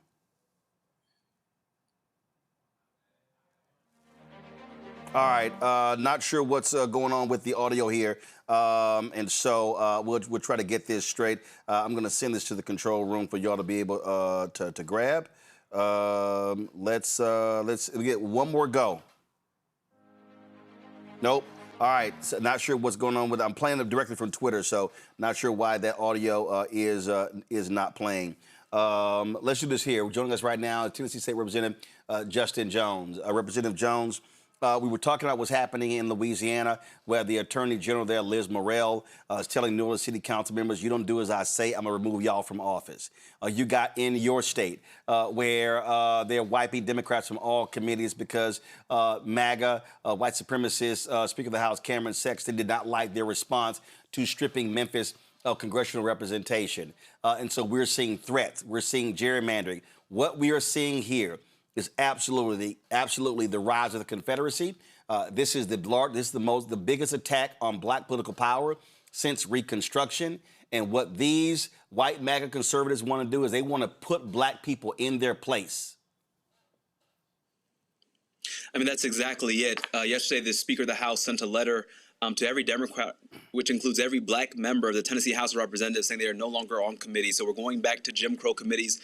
These are Confederates who are trying to send a message of political lynching or political whipping, I should say, that if you step out of line, that you will be punished and you'll be treated as second class. The Speaker of the House, we know, is the Grand Wizard in Chief, Cameron Sexton. And so we have to raise the message across the nation that we have nothing to lose as black people in the South. We must fight with everything we have. We must stand up, do things out of the ordinary. We cannot be cowardice, but we must be courageous in this moment and fight back, because if we're not careful, we'll be like the end of Reconstruction. We will have no black lawmakers left in the South.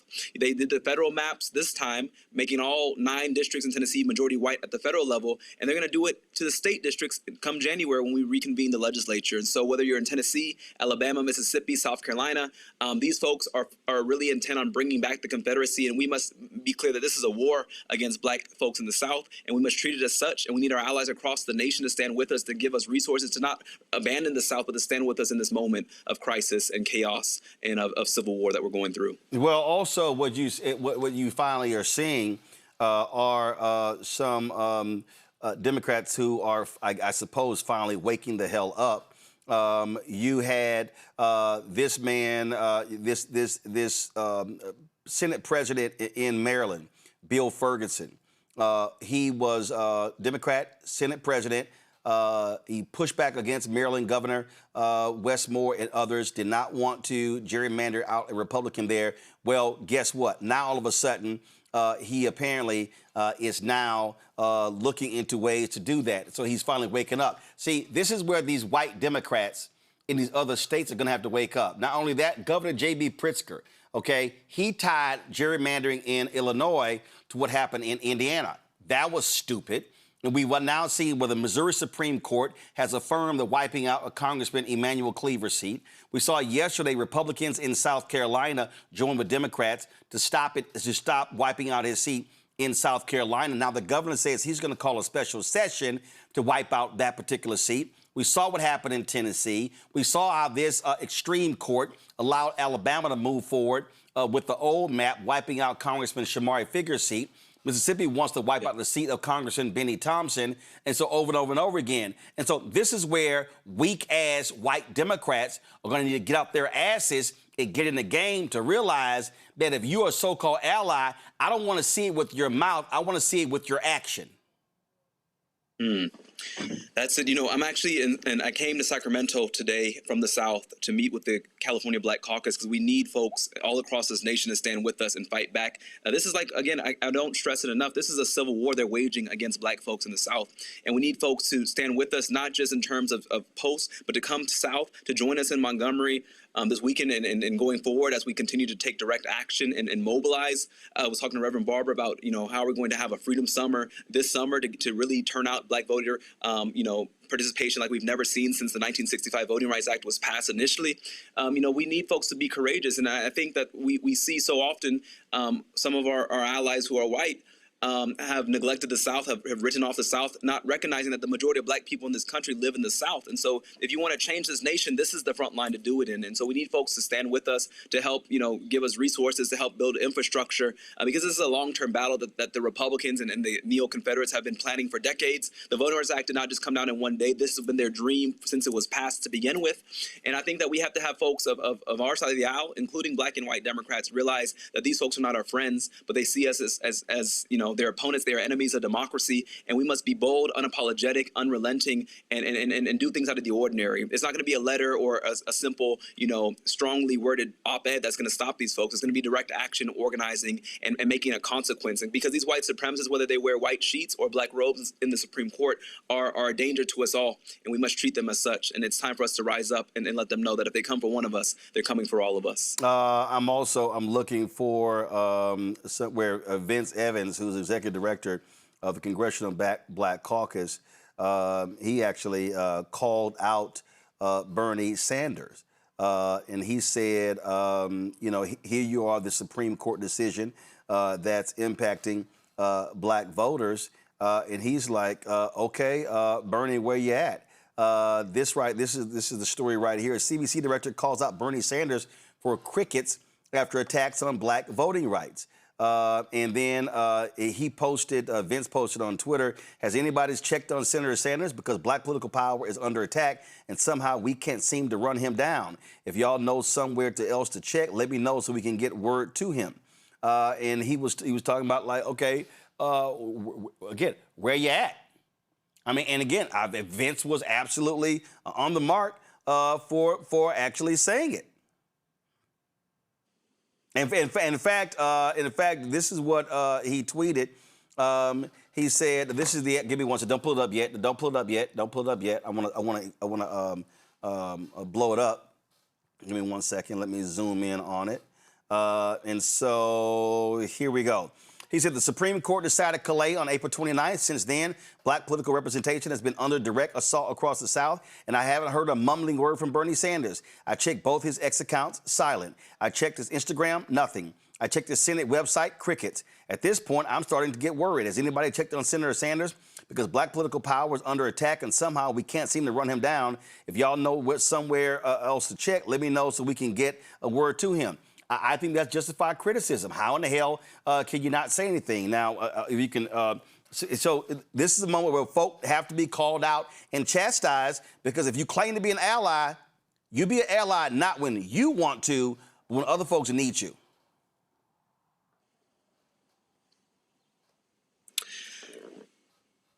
One of the biggest things that we're seeing in this moment is that for so long, the Democratic Party has written off the South. And if you're not North Carolina or Georgia or what they call a swing state, you are treated as if you don't exist. So Alabama, Tennessee, Mississippi, Louisiana, these are states that they have neglected systemically for so long because they don't see them as politically expedient to change. But this is showing us that this has been a front line that we should be waging battle in, because the Republicans have been waging battle in them and have been strategizing to keep them voter suppressed. And so, I think it's on the whole entire Democratic Party to recognize the importance of the South, not just the states that they love to come to every 4 years as battleground states, but the states that are not red states but are oppressed states. Again, 1 in 5 Black people in Tennessee cannot vote because of felony disenfranchisement.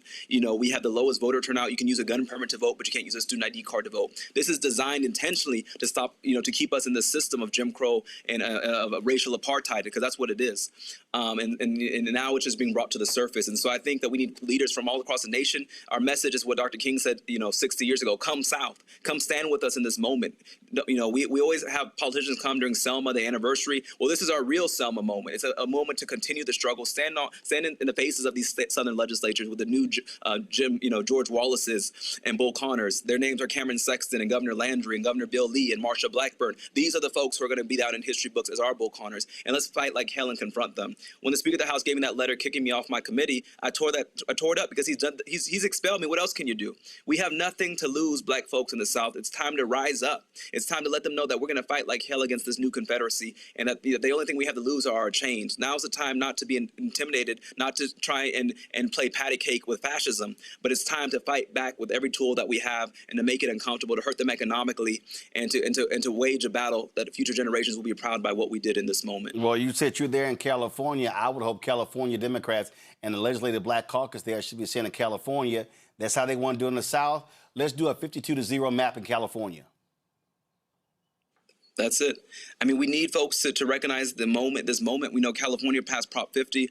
We're still waiting on New York. There's states like New Jersey. There's states,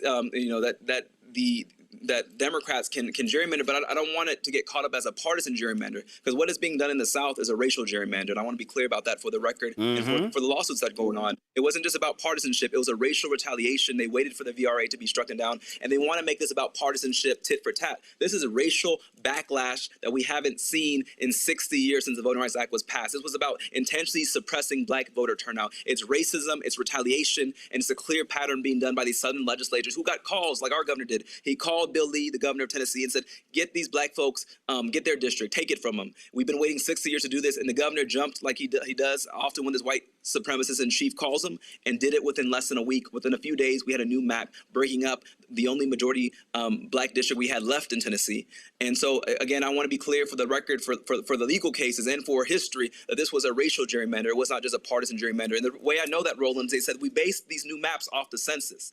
Well, if you look at the census does not say what party you are, but it does say what race you are. This map was drawn using racial data, and I hope that the courts see it. I don't have a lot of faith in the courts right now, but I hope that we see that as we organize and lift it up, we have to be clear that this is race, this is a racial gerrymander, it's Jim Crow, and we have to be clear about letting them know that we're going to fight like hell against these new KKK white supremacist agenda that we're facing in the South.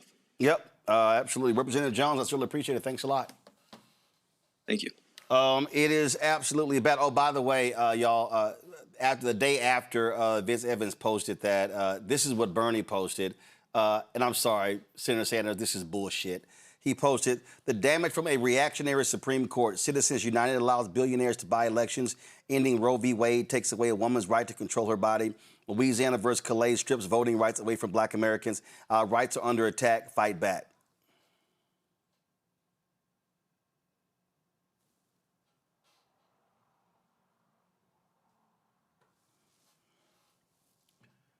That's the best he can do, Rebecca?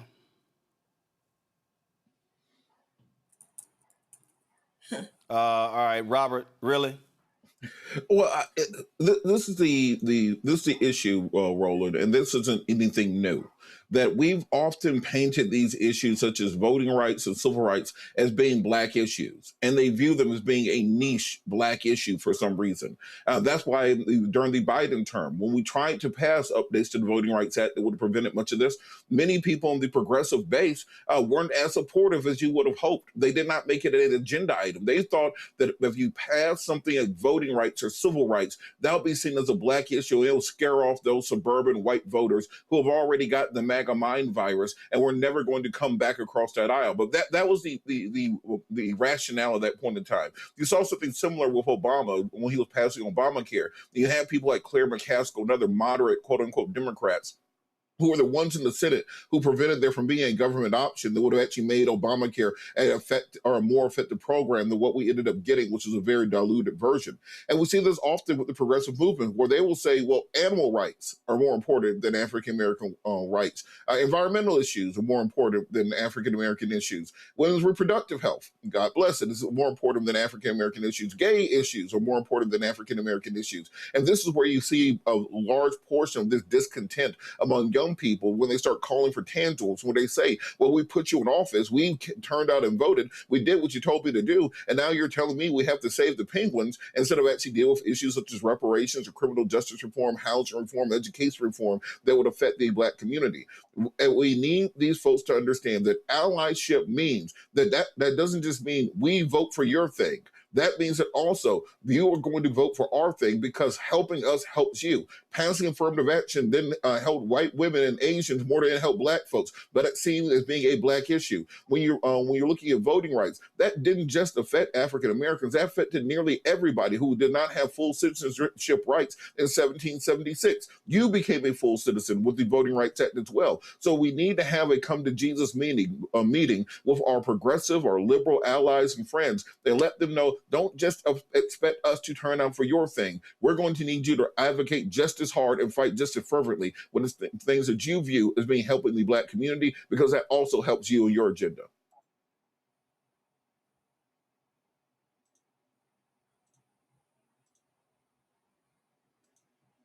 Should be put on notice when they're absent. Mm-hmm. Zabor? Our power is so important, and the South is so important, and making sure people understand that this is racial gerrymandering. Representative Jones, every time I hear him talk, he says stuff that's so positive, so impactful.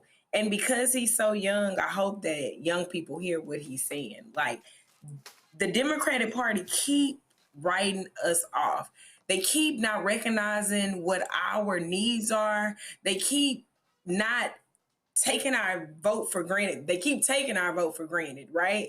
So, like, what do we do to hold these people accountable? How do we show up in these offices and really make them hear us when we walk in there and we're giving them strategies to get to our communities?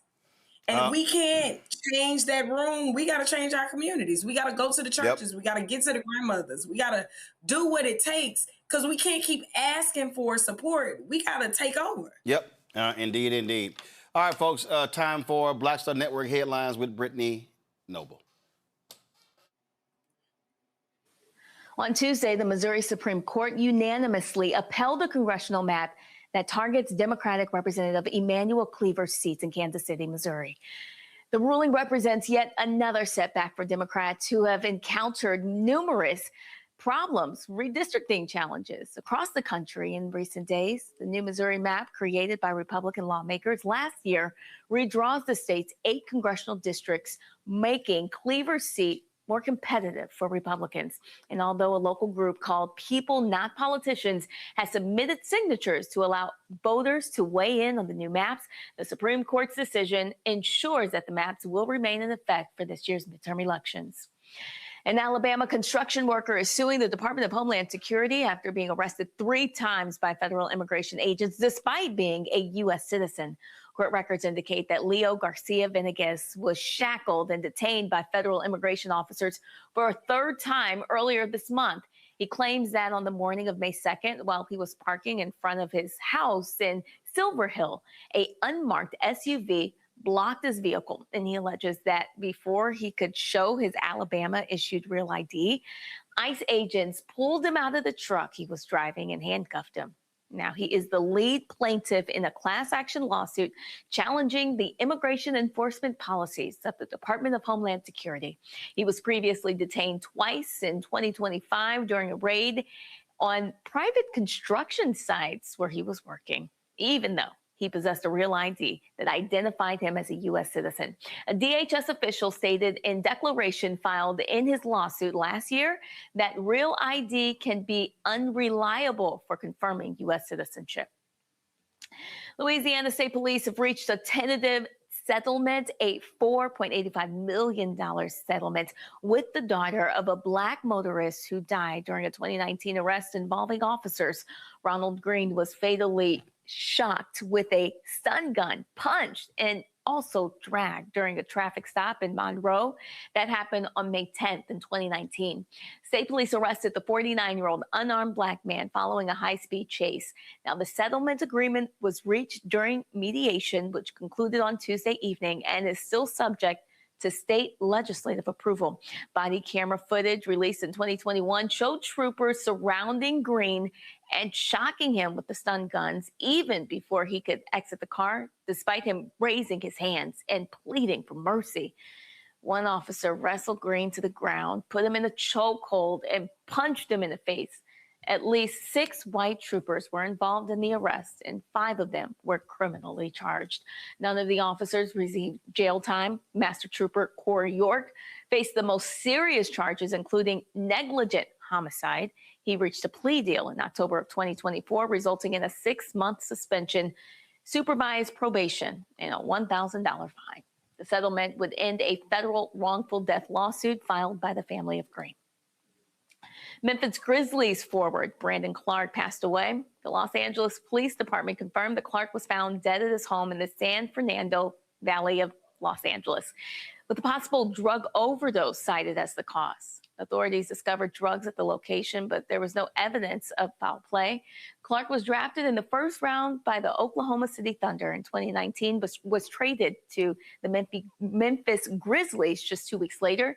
He spent his entire 7-year career with Memphis. An Atlanta area church is making a significant investment in the Black community through a comprehensive, affordable housing initiative. New Birth Missionary Baptist Church is launching the New Birth Village to help Black families build generational wealth. This development is expected to provide more than 390 homes in that region. The church is contributing about 35 acres of debt-free land from its campus and is also investing in a pre-development and infrastructure collaboration with developed partnerships. Well, the initiative targets middle-class families who often earn too much to qualify for subsidized housing programs, but are increasingly unable to afford home ownership in the Atlanta metropolitan area. So this development aims to serve first-time home buyers, teachers, nurses, public safety workers, seniors, and even young professionals. All right, folks, be sure to catch the Breakdown of Brittany Noble every day, noon Eastern, right here on the Black Star Network. The Breakdown of Brittany Noble every day, noon Eastern, right here on the Black Star Network. Well, Donald Trump loves to attack reporters, especially if you're a Black female. Earlier, of course, last week, it was Rachel Scott of ABC. The most recent one, a couple of days ago, was Kayla Gardner of MS Now News. Watch this.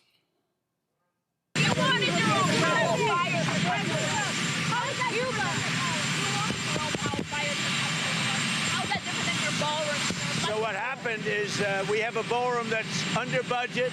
It's going up right here. I've doubled the size of it because we obviously need that.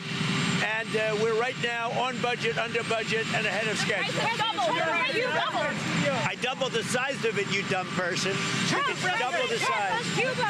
You are not a smart person. Right over here. Wait a minute. Right over here. And based on a lot of things that have happened over the last year, we doubled the size of the ballroom.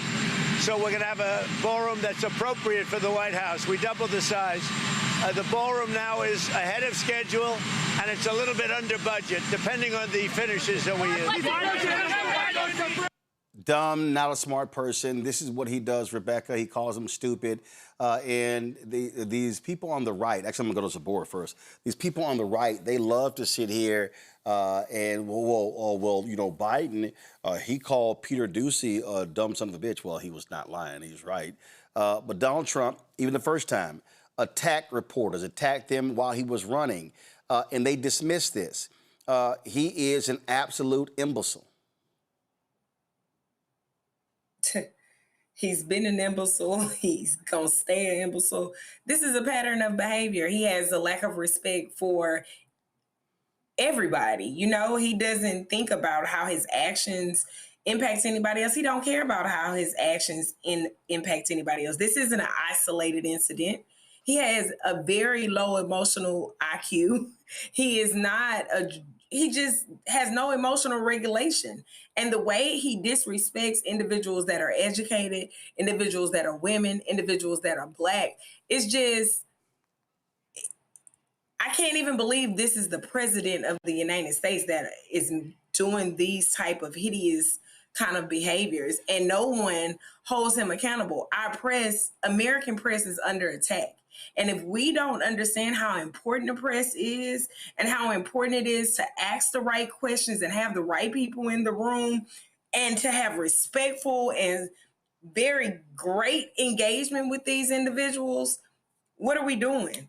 And it shows just the state of where America is and how we are just desensitized to our reporters being attacked. This is not right. This is not American. This is not democratic. This is just very disrespectful, and Black women have to be protected. There's no reason of why a man is able to talk to a woman in that manner and no one is holding him accountable. He is a pathetic individual, pure and simple, Robert. And look, one of the issues that I have with this is, where's the sense of community among journalists? Where are the people who are going to stand up and say, we're not going to tolerate this? The first time that he did this, all the journalists should have walked out of the room and not come back, because this man thrives on attention. He thrives on headlines. There was an analysis done within the last couple of weeks saying that currently Donald Trump is the most famous person on the face of the earth. You can go to a village in the middle of Uganda. They know who Donald Trump is. You can go to the Amazon rainforest. They know who Donald Trump is. He needs that to fill his narcissistic ambitions. So if he's going to be talking to your coworker in this way, or talk to someone in your profession this way, then starve him of that oxygen. He rose to power in 2016 because CNN and other networks would put a camera on his rallies and just play it for 3 hours straight in the middle of the day because it was free programming for him. He got $3.4 billion of free advertising during that election. So if you starve him of that attention, starve him of those views, starve him of the interviews that he so needs to simply survive, then he'll change his behavior. But right now, there are absolutely no consequences for his actions. And as I said earlier, remember, we have a whole generation now that has grown up with this for the majority of their formative years. You take on the personality of your president when you're growing up. If you grew up during the Clinton administration, you're kind of cool and laid back. If you grew up during the Reagan administration, you're a little bit crazy. But this generation growing up with Trump, they're going around talking to people like this in real life. Look at Nick Fuentes and the Groyper movement. They make their whole trade. Nick Fuentes said, I say the N-word almost every day. I never got in trouble until I started questioning Israel. If you look at Chud, the guy walking around Black communities calling them the N-words and apes and stuff for online content, this is creeping into our American society and our American system. And when it's coming from the top, when it's coming from the most powerful man in the world, how do you tell your 16-year-old little brother, if you're somebody who's constantly online, don't act like that? And he can say, well, if I act like that, I'll become the president of the United States, a billionaire, and have a former porn star as a wife. I mean, we have to start putting some kinds of rules and regulations back in place so that we have some form of decorum, because we have now descended to the lowest possible denominator, to the point where we're having a UFC fight in front of the White House. This is the level of ghetto that this administration has brought to America, and my family fought too long and hard to get out the hood to watch the whole country descend down into it. Absolutely, folks. Again, what we're dealing with, absolutely just insane. The craziness that we're having to deal with every day when it comes to these folks. All right, folks. Some sad news to report. Legendary sports broadcaster Charlie Neal, the voice of HBCU football for a very long time on BET, WTBS, has passed away. He was 80 years old. He most recently was doing HBCU sports for HBCU Go last year. He was honored in the 2024, in the SWAC Hall of Fame. Charlie Neal, born 1945. Again, so many people remember his voice, and this is when he talked about being that SWAC honoree. Something monumental. Yeah, Charlie, you are being inducted into the Hall of Fame for the SWAC. Congratulations. Yeah, Charlie. Yeah, Charlie. I see you, man. Well deserved, big man. They had a press release earlier this week, the Southwestern Athletic Conference, and it's kind of interesting. And of course, my career with HBCU started with Black Entertainment Television back in 1980. 44 years I've been doing this, and the SWAC was one of the teams or conferences that we were very much in bed with. At the beginning, Joe Johnson, the president of Grambling State University, was a big proponent of what BET was doing at the time. And I'm just fortunate and grateful that I'm able to sit here 44 years later with you guys and do this. Thank you so much. Hey, listen, it's only right we celebrate the right way. It's only right we celebrate. Hey, Charlie, that's how we go. Congrats. It's all in my mouth. It's all in my mouth. Let's go, Charlie.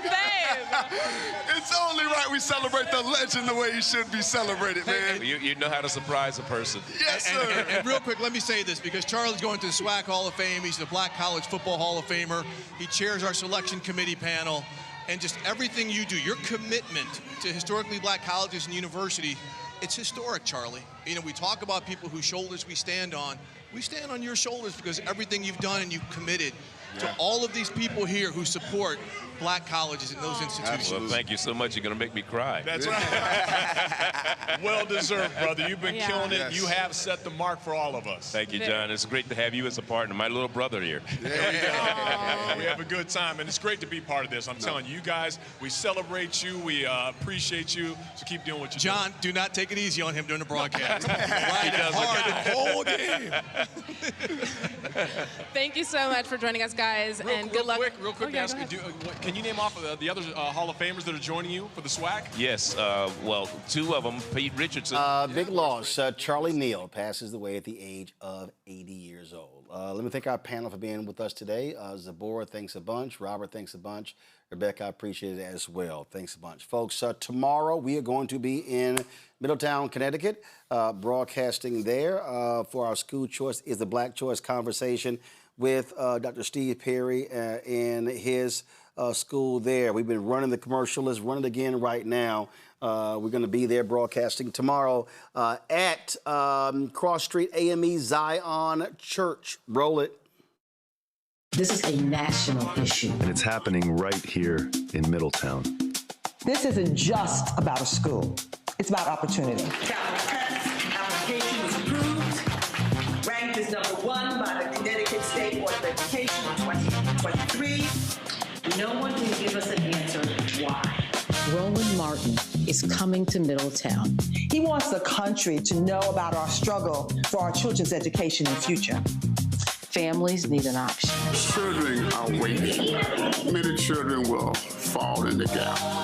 The examples are right there. We'll never know. Middletown has repeatedly been denied state funding without any legitimate or legal reasons. They're fighting so hard to stop us opening the school that serves our community. They don't want for your children what they want for their own children. Every parent in the world wants the best for their child.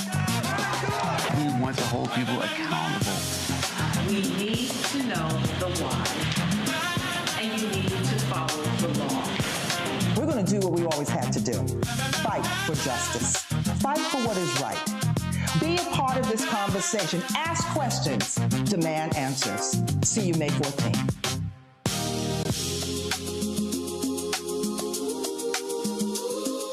That's right, folks. I want to see y'all there tomorrow. Let's pack the church out. Friday, we'll leave Middletown, Connecticut, and go to Montgomery, Alabama. I'll be broadcasting outside of Dexter Avenue Baptist Church on Friday. And, of course, we'll be there for the massive rally, the National Day of Action for Voting Rights.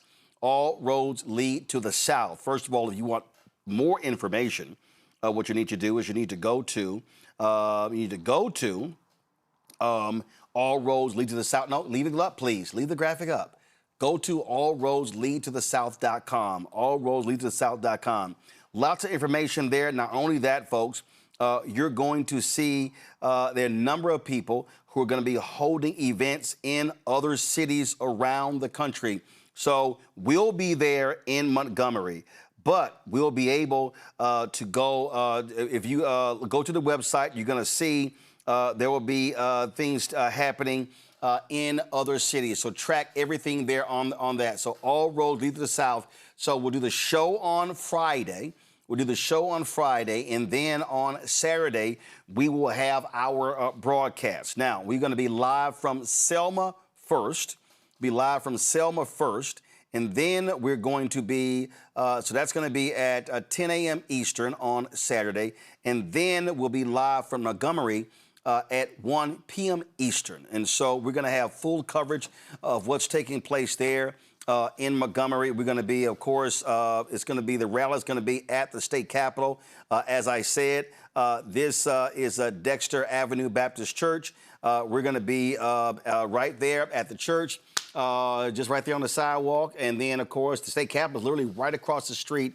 And so we look forward to that. Really, really, really important broadcast going on. And so we're going to be the home. We're the media partner for this rally. And so lots of things we want to focus on. This is about mobilizing, starting Freedom Summer 2026. This is about registering people, teaching people, enlightening people, letting people know what's going on. And so a lot of people, I've been seeing y'all on social media saying, okay, what's next? What do we do? What do we do? Well, this is what we do. This is the beginning of that mobilization, that organization we're talking about. And so a lot's going to be going on. Don't forget, if you want to sign up for the training that Bishop William Barber and Repairs of the Breach is doing, go to blackstarnetwork.com. Y'all pull it up. Go to blackstarnetwork.com. You can click that, go right into there, click the link for you to sign up. The Black Men's Organizing Corp. And so, but guess what? Here's the deal. It's not just black men. Black men and black women. We started this by trying to saying we want to get 1,000 alphas, and so we're nearing that goal. But guys, leave it back up. We say we want to get 1,000 alphas. Then we expanded that to black men. Then sisters were hitting us as well. Now we've expanded that. So if you go to blackstarnetwork.com or go to Repairs of the Breach website, you can sign up for this, okay? Y'all, scroll down and click the link. When you click that link, it has all the information for you to fill out, for you to sign up. This is what it's all about. You see the form right here. So we're nearing 1,000. You know what? I want to double that. I want us to train. It's going to be a virtual training.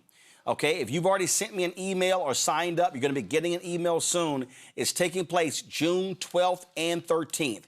June 12th and 13th, this training. It is to teach you how to organize and mobilize when it comes to voting. And so that's happening. And so you're going to see other efforts come out of what's happening on Saturday. So all of this is going on because this is about us training and teaching African Americans because it's critically important we maximize our numbers in the November election. All right, folks, support our work. Listen, traveling to Connecticut, then turning right around, traveling to Montgomery. We're bringing about 11 people there. Listen, that costs money, all right? We ain't getting paid to do it. And so when you support this show, you are supporting our ability to be able to travel this country to cover the stories that matter to you and others. And so, Cash App, use the Stripe QR code. You see it right here. Use that. Oh, you're listening, go to blackstarnetwork.com. That's also for credit cards. Checks and money order. Make it payable to Roland Martin Unfiltered.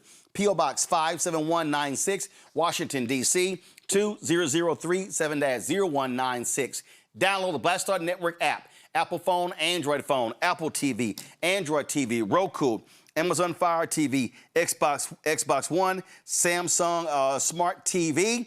And then also, of course, you want to get our Roland Martin Unfiltered swag, go to shopblackstarnetwork.com. Shopblackstarnetwork.com for our hat. ShopBlackStarNetwork.com for our hats and T-shirts and all that good stuff. Our shirt, Don't Blame Me, and Voted for the Black Woman. Black-owned Media Matters. All of our shirts and hats, go to ShopBlackStarNetwork.com to support our black-owned businesses. All right, so our black-owned products, same thing. We want y'all to go to ShopBlackStarNetwork.com. ShopBlackStarNetwork.com. Go to our marketplace. Yesterday, we, of course, had Melon Brand on the show, and so their products are on the website. And so all the products that you see in our studio, all these products are on on a shop, BlackStarNetwork.com. Y'all need to zoom that camera out. It's too tight. You need to see the full logo, okay? That's how we do every single time. So we're going to put this Melon Brand up here. So again, get all these products you see right here. All these products, if y'all zoom that camera out, that's where it should be. All these products are right here. Everything that you see right here, all these black-owned products are on shopblackstarnetwork.com. So support our black-owned businesses. Don't forget, download the app Fanbase. Follow me at Roland S. Martin. Get that app Fanbase. Download it today. Don't forget to support our Black Star Network shows. First up, Balanced Living with Reverend Dr. Jackie Hood Martin. Okay. These are all of our shows. Other Side of Change, new episodes every Monday. At Balanced Life, new episodes every Tuesday. The Breakdown with Brittany Noble every day.